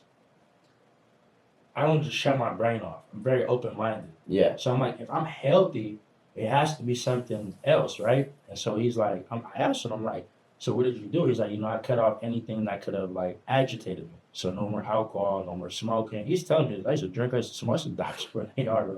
He like stopped drinking, I stopped smoking, started doing therapy, started doing yoga, calming myself, and stopped fucking pushing my body to the edge. He's like, I make myself take days off. And then it clicked. I'm like, damn, bro, I've been back to back for damn near 2 years. Non-stop. Like every day I'm doing something. Yeah, bro. And so it finally caught up to me because maybe I'm not in survival mode no more. That all the past trauma or everything I didn't fully deal with, feel me, is coming back now to the point where I'm like hyper aware, hypersensitive, or having to deal with that. So this is the conclusion I'm coming to myself, right? And so we get free therapy through UC Berkeley, and I got health insurance and shit, you feel me? And so I booked a therapy session. Tell me what a therapist is going to tell me the same shit I told myself. I'm like, yeah, well, since you're in a stable place no more, and survival mode is fight or flight, right? But it's like a three-way, I'll share this with you too. Maybe you can put it up. It's like a Venn diagram, but it's 3 separate circles. Circle here, circle here, circle here, right? Fight or flight is here, which is like threat, right? And then you have your relaxed. Your fight or flight is survival mode. is constantly between these two things and never crosses over here. Naturally speaking, you're supposed to cross over here. It's supposed to be a healthy balance, right? So the trick she gave me, bro, is instead of like having to deal with things, because when I have deadlines to meet and like when I'm trying to write papers, I'm trying to make this money, I'm trying to do what I do, I'm always in fight or flight, like driving myself from a point of like a threat, a threat of a deadline, a threat of financial insecurity, a threat of not reaching my goals that I put on myself. She's like, try this. Try driving yourself. Oh, it's my mom. I hate to do that, but try driving yourself from a point of relaxation. To start, before you have to do what you do, relax first Okay. and see if that task becomes more enjoyable and you're able to like get through it in a healthier way. Yeah, instead Yes. of pushing through it. Exactly, right? And so it makes sense why that panic attack happened, bro. And lately, I've been having anxiety when it comes to deadlines because even though I don't procrastinate, it still feels like a burden. So I've been implementing shit where I get centered in my body, bro. I'm talking YouTube and shit. I started doing progressive muscle techniques where like I center myself, I ground myself, bro.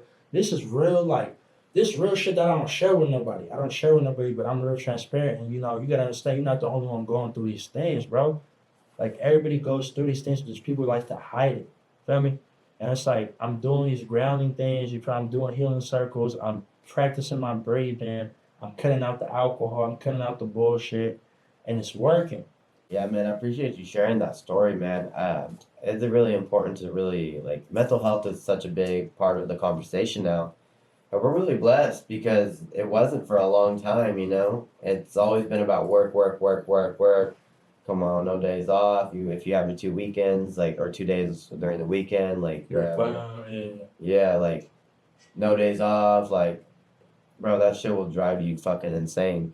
Yeah. Cause like, I had the similar experiences when I went to college in Humboldt State. Man, I started having panic attacks when I'd smoke, and I had the same thing. Felt like I was paranoid. Motherfuckers are looking at me. The whole room is like weird.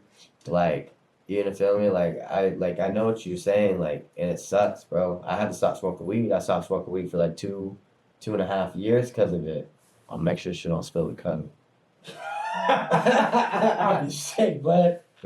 She do that This shit. is a good coffee right here. Yeah. Hey. She like, But yeah, bro, I ain't gonna lie. I remember when we went to college, bro. I admired you for that. I missed your ass, and I admired you for that, bro. Cause you went, appreciate you you. didn't forget about us. You know what I mean? Yeah, man. Like you left, bro, and you did your thing. But what were you saying? Just like the panic attacks, man, and like the anxiety, like. I know she ain't trying to fuck these shoes up. You're Oh, crazy yeah. for that. She trying to really fuck these motherfuckers Yeah, up. put him on the pedestal. It's good, bro. That's wild. We would have been enemies for life. You'd have been my op. Right here. But yeah, what were you saying, brother? I was saying, like, just like it's crazy once you do start to have those experiences, like the panic attacks, because like you don't know what they are. Yeah. Like my first time having a panic attack was like, I am gonna die. Like I ran out of class. Like my first panic attack in class, I was like, I just left. And the next day, she's like, "Why'd you leave?" I was like, I just had to go. She's like, "Oh, you high as fuck?" Huh? I was like, "Yeah, I was high as fuck." But like I was having a panic attack too. You feel me? So what I was describing, you knew what it was before I even told you that. Oh yeah, I knew exactly. See? The paranoia, It's the crazy. fucking, you get that spatialness, yeah, It really feels like you're gonna die. There's no exaggeration here, blood. Like yeah. I feel like you just your last couple of minutes. And that's the mind state. That's that fight or flight mode, bro. Cause like my PTSD comes from car accidents. You know what I mean? Like my first car accident was like 18 years old, and like, bro, like I straight up like, when you surrender yourself to God, like that's a different type of feeling. Like when you in real life are like, fuck it. Hey, either I'm gonna live to see another day, or like this is it, and you're just like it's a coin flip. Yeah. And like the long term, like that fucks you up.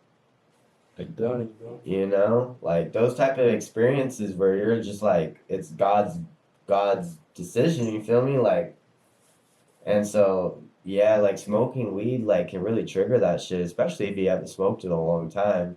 Like my recent panic attack I had was like about a year ago, and I went to LA. I had a great time, but bro, I was also drinking, turning up. And it was weird, bro. I had a dream. I don't mind sharing this because I think it's interesting as fuck. Yeah, I'd love to hear it, bro. Because like I had this dream because I smoked. I went to this like listening party at what's it called in South Central over on West Adams. Okay. And like I smoked some weed with some fool. Oh shit. And that's right in the mix. Yeah. Wow, you was right there. Yeah, it was cool. It was a cool spot, bro. It was a dope show, like R&B. And yeah, bro, like smoked some weed and that night I had a dream and I was like, if you smoke weed again, you're gonna die. Like that was a dream. Just blunt. And I'm like, okay, but you know, it's just a dream. Whatever. Yeah. You feel me? Like whatever. So fast forward, the next day I have my day and then I'm on my way back home on the train. And the train gets delayed because the railroad track got washed out. Yeah. Bro, I rolled up a blunt and I only smoked a little bit. Like that much. Yeah. Train got delayed. As soon as I smoked it, fucking panic attack. I'm waiting in the station because I'm like, what the fuck am I finna do? I'm in Bakersfield. Yeah. Like, how am I finna get back? Yeah. And then they're like, I'm waiting in line, bro. I'm like starting to have a panic attack, bro. I'm like, I'm about to fucking freak the fuck out right now. And nuns. You know, I have that spatialness, anxiety, and I just call my sister and she just calms me down because it's just like, I just need to like be grounded, you know? But, you know, everything worked out at the end, but you just never know when that shit's gonna get triggered, you know what I mean?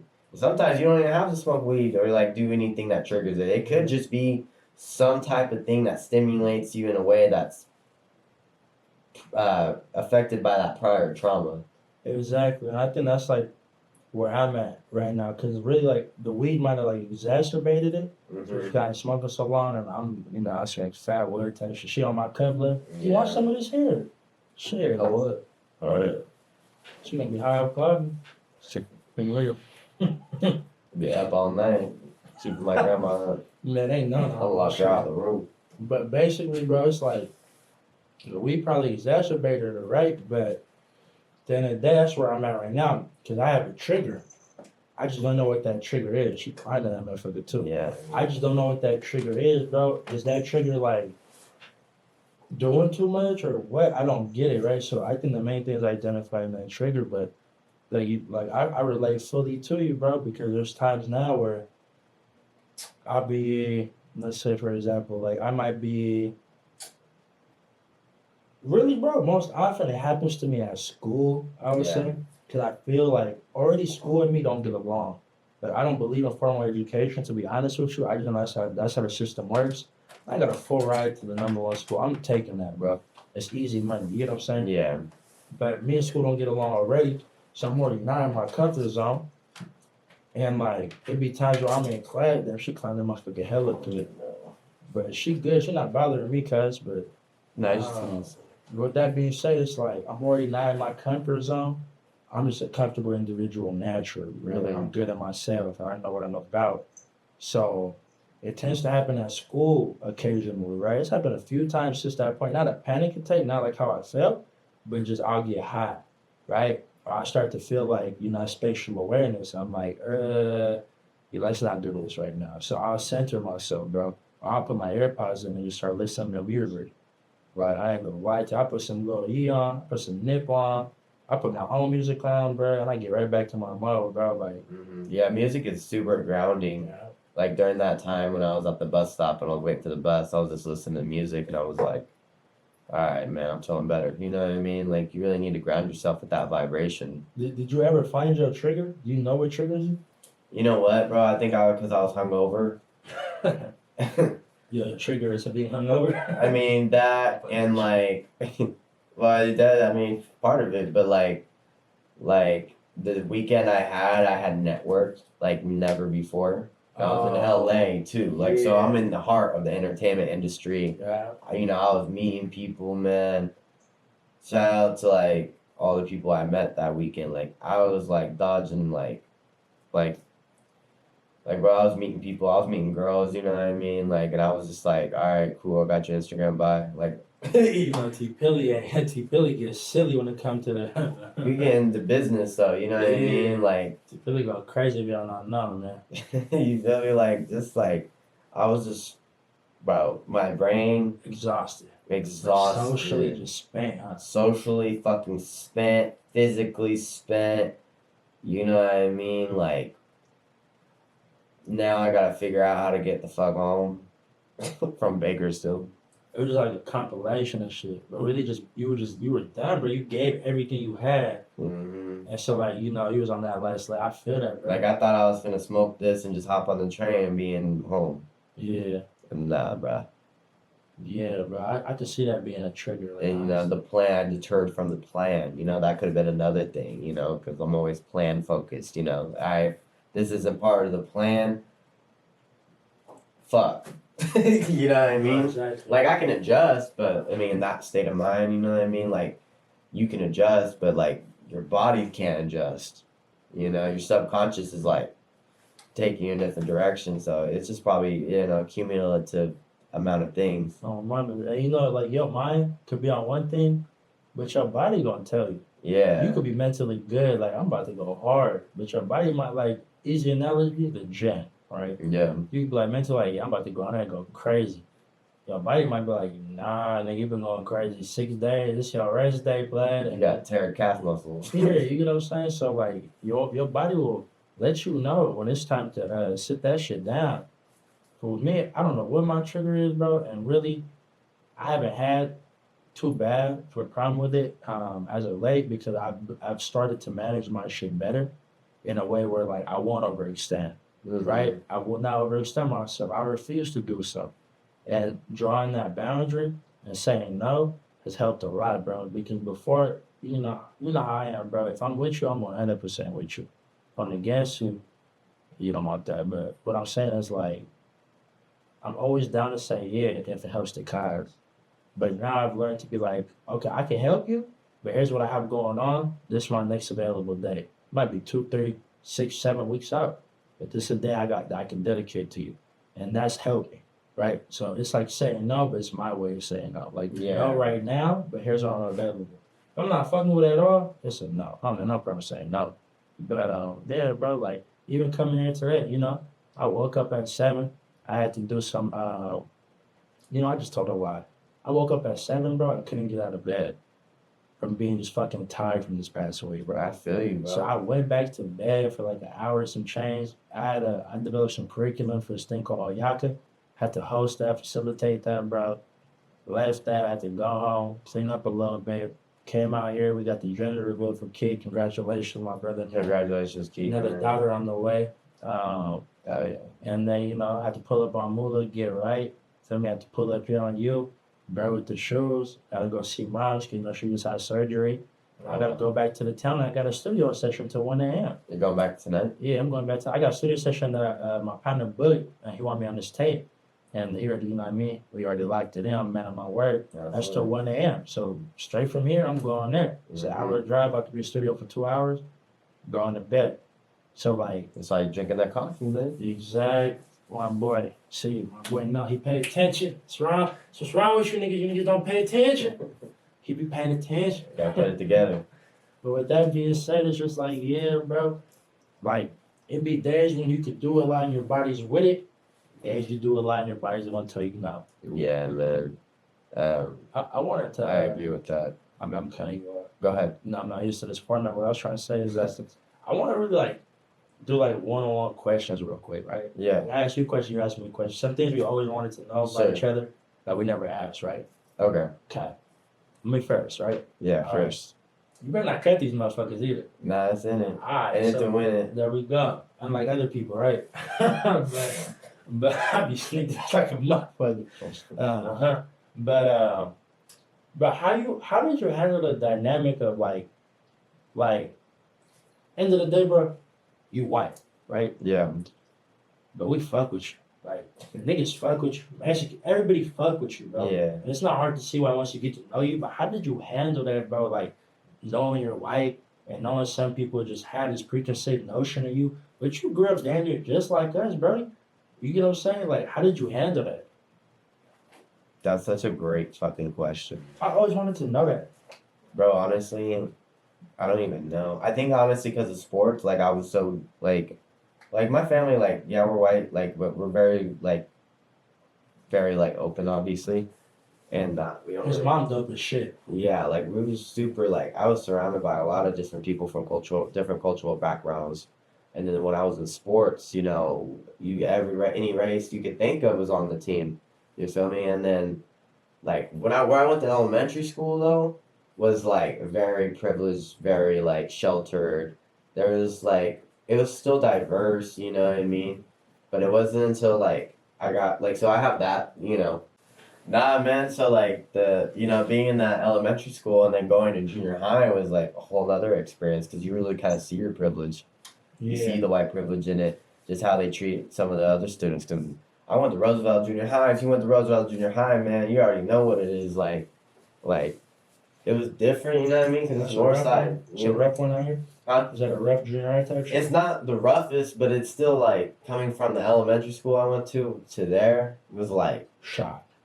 yeah, like 'cause my mom worked at juvenile hall, so I was like really aware of like what kids was getting into. You feel me? Like, and then my football team I played for, shout out Modesto Broncos. You know what I mean? There was some people on there that played for the team that was really outside. You know, so I like, you know, I see like the cultural a lot of people from different backgrounds, kids that were getting into stuff that was bad and stuff that was good. You know what I mean? So like.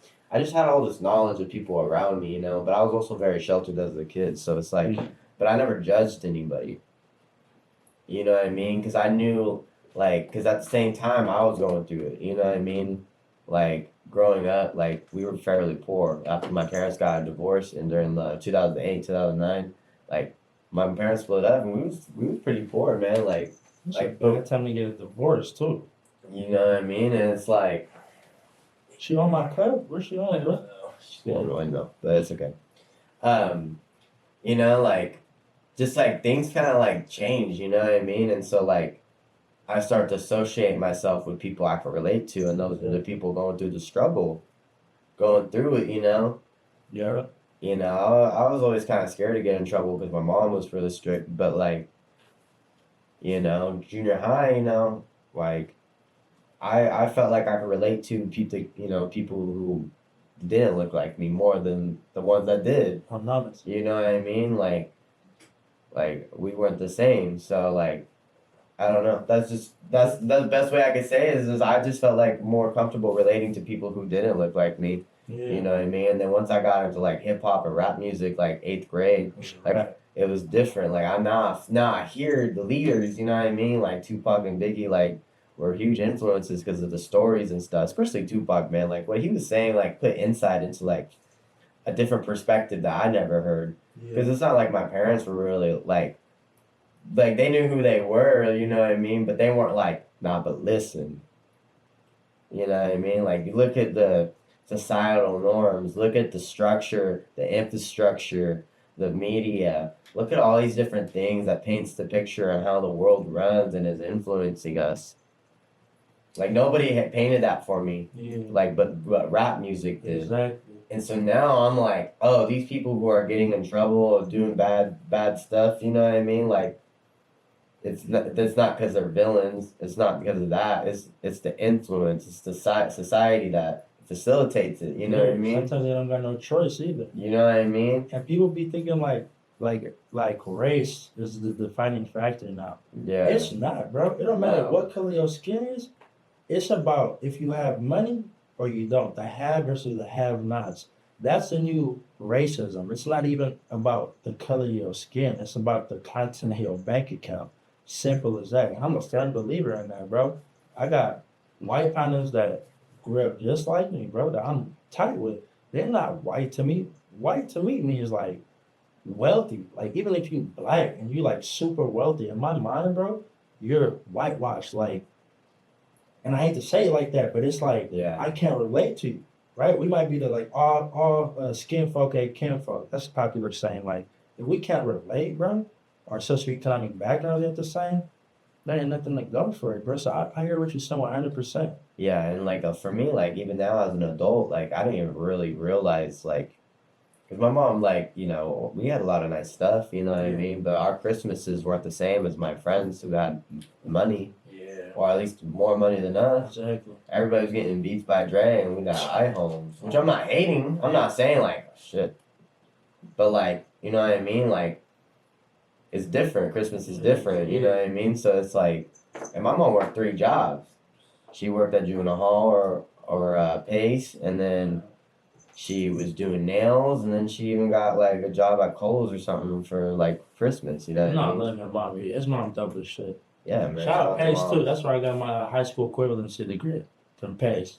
Fresh out of juvie, I went to Pace. So I got my high school equivalency. Mr. Reyes. It's the only reason I'm where I'm at right now.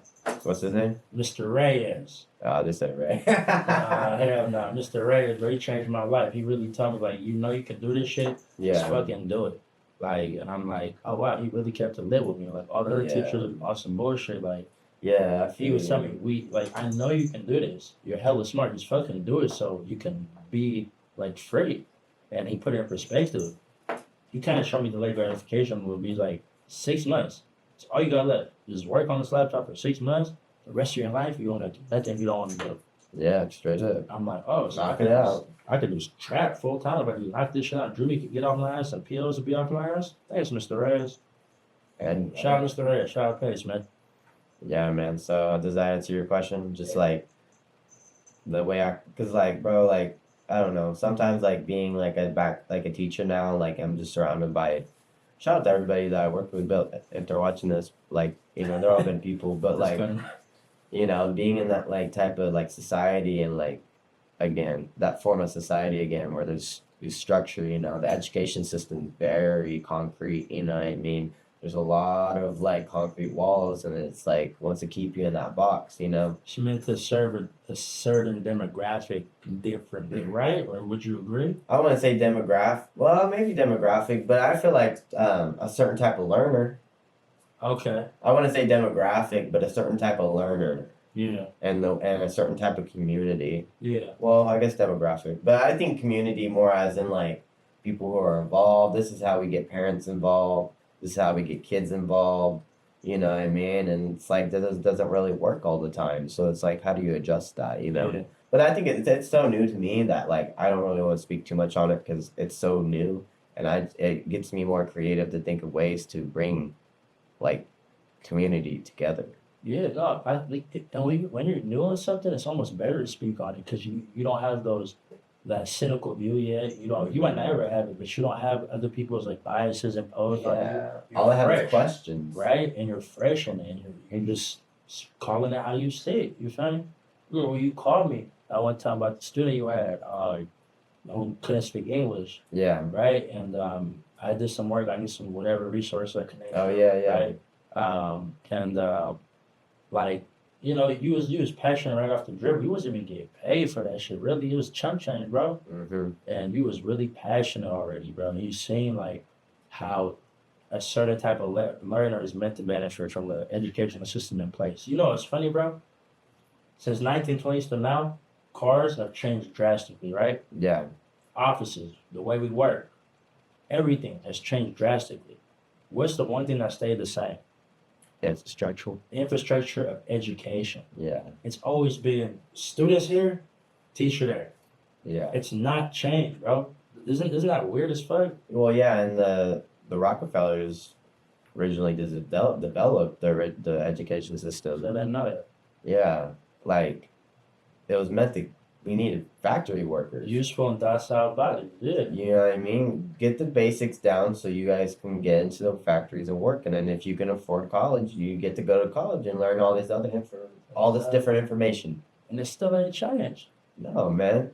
If anything, like college got more expensive and it's weaning out, and it's not even really worth it because you gotta look at the state school. Like I don't know, man. Shout out to Stan State, I guess, but like, Try to stay. like. I don't know, man. I just feel like you really like people go to college thinking they have to go to college, but a lot of people don't go to college with a purpose. If you don't go to college with a purpose, you're wasting your time and money. Period. And I will tell you, and I'll be completely honest, I didn't have a purpose. If anything, my purpose of going to college was to feel like I was going forward in life Exactly. and to network and connect and whatever. Like, you know, I'm gonna go and we're gonna turn up and like whatever happens, happens. And then I got my degree and it's like, well, shit, what the fuck am I gonna do I now? do not, exactly, bro. It's like, you said it perfect. I don't even have nothing to add, but you're 100% right. You know what I I feel mean? like that's still the what status quo. Like that's still like the norm or the societal belief. Like finish high school, go to college. Yeah, and if you don't have a college degree, it's people kind of feel bad that they even asked you. Exactly. It's weird as hell, bro. Like it don't mean shit. College degree don't I mean. don't believe in formal education. Like if I didn't have so many felonies on my record, I would not be in college right now, bro. But it's a Libra skill. I have to have something to balance it out. You know what I'm saying? But it's like I appreciate college for the free bands and the free education. Shout out to That's financial aid. it's some good. Shout out to FAFSA like a motherfucker, man. Shout out to Berkeley Underground Scholars too. It's a whole group at UC Berkeley, formerly incarcerated system impacted students, bro, and they be doing their damn thing, bro. Yeah. But it's all UCs out there. All UCs. We just got like $4 million in climate. So, but I don't know why I just said that. But it just people need to know like it's different people at college. Yeah, bro. But that answered my question perfectly, bro. Okay. I swear that it was just authentic to you. I know it's a natural conversation, but Yeah. it was just natural to you. It's like not even like you tried to do it. You just related more. Simple as that. So my people buy question for Nike you. over Adidas. They relate to the brand more. Yeah, straight up. Sure. My question for you, man. I know you told me in the past that you plan to go to law school, right? Am I wrong? You're not wrong. You're rarely wrong because All right. So, like, how do you plan to use your past experiences to apply to that field that you wish to endure? Because, but also with the music. I'm never putting that down. Yeah, because the music ain't going nowhere. Nowhere. So how would you balance that? Would it just be like a day job, night job thing? Like, or should I ask a different question? Nah, you good, bro. You good. Or ask it in a different way. Nah, you're good, bro. That's a Okay. question you want to ask. I'm here for it, bro. It's a good question to ask. A lot of people. I had your question was fire, so I'm like, It's just something that I always wondered, because you do it so Yeah. effortlessly, bro. And I fuck with you fully. Somebody touch you, they touching me. You know I feel about you, cuz. We got cool. Serious. All I done, cuz. But with that being said, it's like I get this question a lot, bro, because people see me and they know, like, the thing with me is anything I did, bro, I always did it 100%. So when I was really thugging, I'm doing it 100%. When I decided to shift paths, 100%. When I started doing music, 100%. So the thing is, now that I'm like in education and I'm seeing what's available to me, I want to do it 100%. And I'm going to it. I'm doing it 100%. I got 4.0 GPA, bro. I take 15, 16 units every semester, right? With that being said, I'm not going to get my doctorate degree in some bullshit. I don't really care about, like, it that much. That's a long time, bro. Unless you get an EDD, like educational doctorate, which is solid 3 years. Everything else is like 4 years plus, really like 6, 7 years realistically. I'm good. I thought about like what I felt passionate about. And when I was little, people used to ask me what I wanted to be, and I always said lawyer, right? Because I like to argue, but I like to like prove my point in a logical way. I've always been like that, bro. And I always been like fixated on financial stability, bro, and having money. So I mean, I don't let the cat bother you, but the cat good. The cat being a cat. So I mean, but with that being said, it's like don't fuck with my cup. That's what That's what I'm worried about. That's what I'm worried about too. But NPM closes early. Then I'm gonna copy that long drive. Basically, bro, I set the foundation for the question you asked me, and the thing is, the one thing I've been passionate about my whole life is like standing up for those who can't stand up for themselves and then standing up for myself. And so when I was sitting down, I read a book called The New Jim Crow by Michelle Alexander. In Compound with a book called The Spook Who Sat by the Door. I read those simultaneously, right? I was sitting in the hole. I was in the hole in Stockton, bro. I had fired on a police officer. Sent me to the hole for a year and a half. That's solitary confinement. What do you think I'm going to do? I'm going to fucking read and work out and eat. There ain't nothing else to do. So, I'm reading this book simultaneously. You should change my life. That's when I first realized, this is in 2019. That's when I first realized that the system is built and designed to do this to us. But we don't know that. So these lawyers, these public pretenders are literally just pushing us through a pipeline, right? That school to prison pipeline, that mass incarceration. The public lawyer or The the public defenders, we call them public pretenders yeah. because they really be bullshit. There be some good ones, don't get me wrong, but most of them is bullshit. Yeah, right? it's rent out. Period. They don't get paid enough. It's not even their fault. They don't get paid enough, right? And their caseloads are crazy, right? And they're usually paid off the massive fucking school loans, bro. Because if you work in the public sector long enough, they wipe off your school loans, bro. But with that being said, I realized, that prison industrial complex, all that's real. I became like a little bit more aware and enlightened. And that's when I fixated on like, all right, if we do the school thing, I'm gonna become a lawyer. It's the only thing I could study. It's 3 years of school after my undergrad. I'm done in December of this year. I'm gonna start fall of 2025. I'm applying to Stanford, Harvard, and Berkeley, and Columbia. So 4 law schools I'm applying to. Getting into all 4. I know this, bro. And no way to deny it. Your question essentially is asking me like how I'm gonna balance that with the music, or like how I plan to like what exactly? Like, I guess market yourself as an artist and also being a lawyer, because I think about that as me being a teacher. Like, if I'm gonna get involved in education, I want to leverage it to the most potential. And if I'm building a community as a teacher, like, what does that mean for the music? Okay. Am I gonna do both? Well, Exactly. I'm gonna have to. Period. You know who Claire White is? Yeah. Dope lawyer Claire White. That's Shout out to something. Claire White. Okay, y'all look her up. Follow her on Instagram, dope lawyer Claire White. If y'all ever need some good representation in the Bay Area, tell her Sabasonn sent you. She's a lawyer, right? Her husband was killed, or he died, right? And she represents people. She be on Instagram Live, smoking fat wooders. Some middle-aged white lady, smoking fat wooders, speaking freely, drinking, giving a free game about the law, bro, right? And she's successful in the courtroom. So what I realize is, if you're successful in the courtroom, as a lawyer, right? If you're successful in general at what you do, you're good at what you do, you provide results that are tangible, right? They don't give a fuck what you do outside of that, bro. Yo, boss at your 9 to 5 doesn't give a fuck if you spend all night partying. You come to work and do what you're supposed to do, your productivity is there, I don't give a fuck. So what I'm thinking is, all these new jobs has been created, bro, because of AI or because of COVID or because of whatever, all these new positions, equity and inclusion. Why can't I create my own position, right? Right? I want to be a different type of lawyer, bro. I'm a rap. I'm gonna make features. I'm gonna make features with my clients if it's not a conflict of interest, right? But at the same time, my music is gonna revolve around rapping about our struggles, what we've been through, but also educating people at the same time, bro.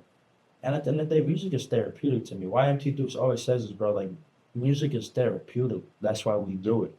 So I mean, I ain't nothing to it but to do it. He said that too much, but so that's like how I plan to balance it, bro. I'm gonna do it. You know what I mean? Because it's what, like, I love it, bro. I don't care if I don't make $1 off it. Thank God I've been blessed to make some money off the music shit. You know what I mean? But I don't care if I don't make not near a dollar, not near a penny from it. I'm gonna do it because I love to do it. And I'm gonna be an amazing warrior, bro. If that's what God has in store for me and this path is for me, I'm gonna do it. I'm gonna pass the bar on my first man. Feel me? I'm gonna open up my own law firm, and I'm gonna still make my rap music, bro, and speak however I want to speak because I'm gonna produce results in the courtroom. You know what I'm saying? I'm gonna represent my people the way they deserve to be represented. If you're bagging all the way there, that's fine, bro. Because I'm gonna make sure you come home. But I'm gonna make sure you're solid and you really is a stand-up individual before I even take your case. My shit ain't gonna be money oriented. You know what I'm saying? It's not gonna be based upon how much you can pay. Is how hard I'm gonna go for your case. So I'm gonna take your case based off the merit of who you is. And I'm gonna fire for you, dog. And then when I get off from that, I make the book.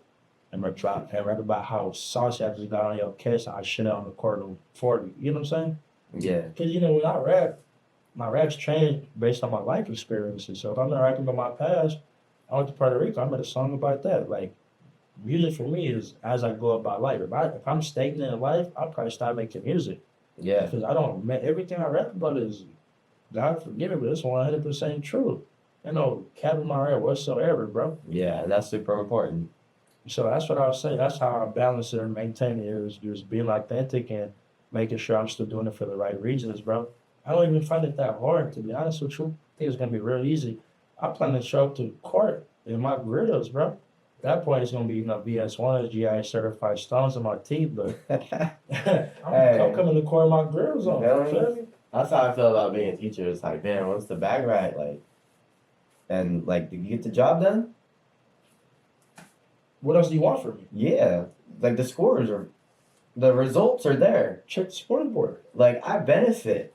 You know what I mean? I know my value. Know your substance, baby. Know your substance. Bring it to the Have table. money, have what? Art. Have money, have art, man. Yeah. That's what it is, bro. It is people make things harder than it's supposed to be. Yeah. Oh, you're a lawyer.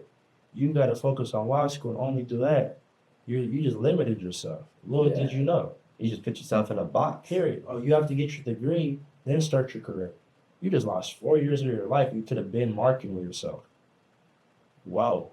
Yeah. Never You get need that to time, hang right? networking. You get what I'm saying? The Keisha McDonald up at MJC, bro. I went to a conference. She invited me to a conference with her in LA called the MEND, African American Education Contest, anyways, right? And we did a workshop, right? It's like the degree is nothing. The degree is a piece of paper. What are you gonna do with that degree, right? And so my workshop was based upon like you don't need a degree to be successful, but if that's what you've chosen to do, have a plan for why you're even getting this degree, or else it's just a piece of paper until you apply it. It has no power until you leverage it. Exactly. Period, bro. That's why I'm so confident about going back to school as a teacher, because I'm like, okay, well, It makes sense. it makes sense. You're already in it. Now Yeah. you're just increasing your foundation, your pay, your experience, your knowledge, but you already got that foundation in place. Yeah. You're doing it. And I'm not even like a full-time teacher. I'm already getting offered positions. Exactly, bro. So how you just leveraging, you're adding leverage. You're adding like more equity in yourself, bro. Yeah. So when you have leverage when you come to the room and you come to the table, make a discussion, make a deal. It's funny too, because I feel like as a lawyer, bro, my clients will respect me because I've been through what they've been through. Yeah. If I'm telling you, shut the fuck up, sit down, wait, I'm gonna get you bail, just chill out. You can't tell me, oh, it's harder here, nigga. I know, I done program, bro. I know, but chill out, bro. It's not time for you to bail out because they're gonna ad book you. Your bail gonna get revoked. Then you're gonna be pissed. Feel me? Or chill out, relax, bro. Like, you know what I mean? Like they gonna have to respect it. And I've had so much experience with the law, being in courtrooms. I went pro per se for a minute. I followed hella margin emotions. Pro per se means you represent yourself for the benefit of yourself. You feel me? And it's like I feel like I've already set the foundation for me to be a lawyer. Now I just like go get that societal certification validation that they need from me, right? Mhm. Don't get that shit out the way. Now I can be a lawyer. That's it. That answered my question. I'm glad it did, cuz. All right, man. We should wrap this up, man. I appreciate you coming on, man. Ain't been considered, bro. Yeah, of course, brother. Anything you want to say to the people before I cut it? Yeah, bro. You can follow me on all platforms. Sabasonn. I'm our only son. That's SABASONN. Also follow me. Have Money, Have Heart. ENT. That's HAV. Money, HAV. Heart. There's no E's in the halves. Have Money, Have Heart. ENT on Instagram. You can buy some merch off me at HavmoneyHavHeart.com. Once again, no E's in the halves. Have Money, Have Heart stands for financial stability, personal integrity. That's the have money, that's the have heart of it. I want to say that no matter what, bro, it ain't over till you say it's over. Once you give up, that's when it's over. You always got action. For the incarcerated, you should bro them shit on them, bro. I'm at a nonprofit just to help my community. And I remember, you got to be an example. You got to be representation of what you want to see in the world. Came home, they done took a lot of money from the T-Pills. They didn't take $200K from me. Got it. Came home, what I do? Took my own money, give back to the homeless. You came up and supported. Did I pay you anything? No. You did it off the kindness of your heart. You hydrant back yourself. I didn't even think about that, bro. You added a whole nother dynamic for me. You contributed. That's the importance of the community right there, bro. Mm-hmm. Keith, shout out Keith, pulled that, brought some pieces, brought some food. You feel me? Now, Mullah, shout out Derek. You feel me? Shout out Sunday School Fade, shout out B. Came out, Mullah and Derek, get free haircuts all day to homeless people, bro. On the street. Yeah, we did that ourselves. We didn't ask for no permits, we didn't ask for nothing. That was right here in Modesto downtown. We set up shop and we did what we did, bro. We did that out of our own pockets. We didn't get no outside funding or help or nothing like that. I had a couple people donate money, right? But it's like that's out of our own pockets for our community. So at the end of the day, practice what you preach, and man, we gotta change something, bro, because this world coming to shit, cuz. It's getting crazy, man. We really have to take this by the balls. Oh, mama. Like, straight up. I didn't know to say it like that, but it's true, Hey, bro. Pause. Pause, nigga. Well, by the steering wheel. Oh, mama. Nah, but bro, like it's that drastic though. Like, well, the world is like really falling apart. Like, we really do gotta do something Okay. because You know, it's gonna only get it worse if we don't want to be the change. we have to be the change we want to see, bro. And I was young. I wish I had somebody like me in my ear. Swear to God that I would have been on all different paths. But then again, my life experience made me. Yeah. Maybe I'm supposed to be that for other people, right? Don't be hesitant to change who you are, bro, because somebody might not fuck with you or you might not have as much emotion. But delayed gratification is very important. You gotta delay that shit. Also, all streaming platforms, Sabasonn. The label's HavmoneyHavHeart LLC. Tap in on me, bro. Show me love, man. Ain't nobody doing like we doing it, man. Shout out T-Pills. Shout out everybody in the valley, man. Fuck with the valley. Shout out everybody in the town. Yeah, bro, from the bay to the valley. Oh, You know what I mean? Shout out to town, man. Shout out to the Bay Area. Shout out to Oakland, man. Shout out to Northern California, the Valley 209. area. Hey, shout out to the people, man. Yeah. Hey, appreciate Guys, you. man. One love. One love, Money, have man. heart, know your substance. Always that, man. We done. Peace. God.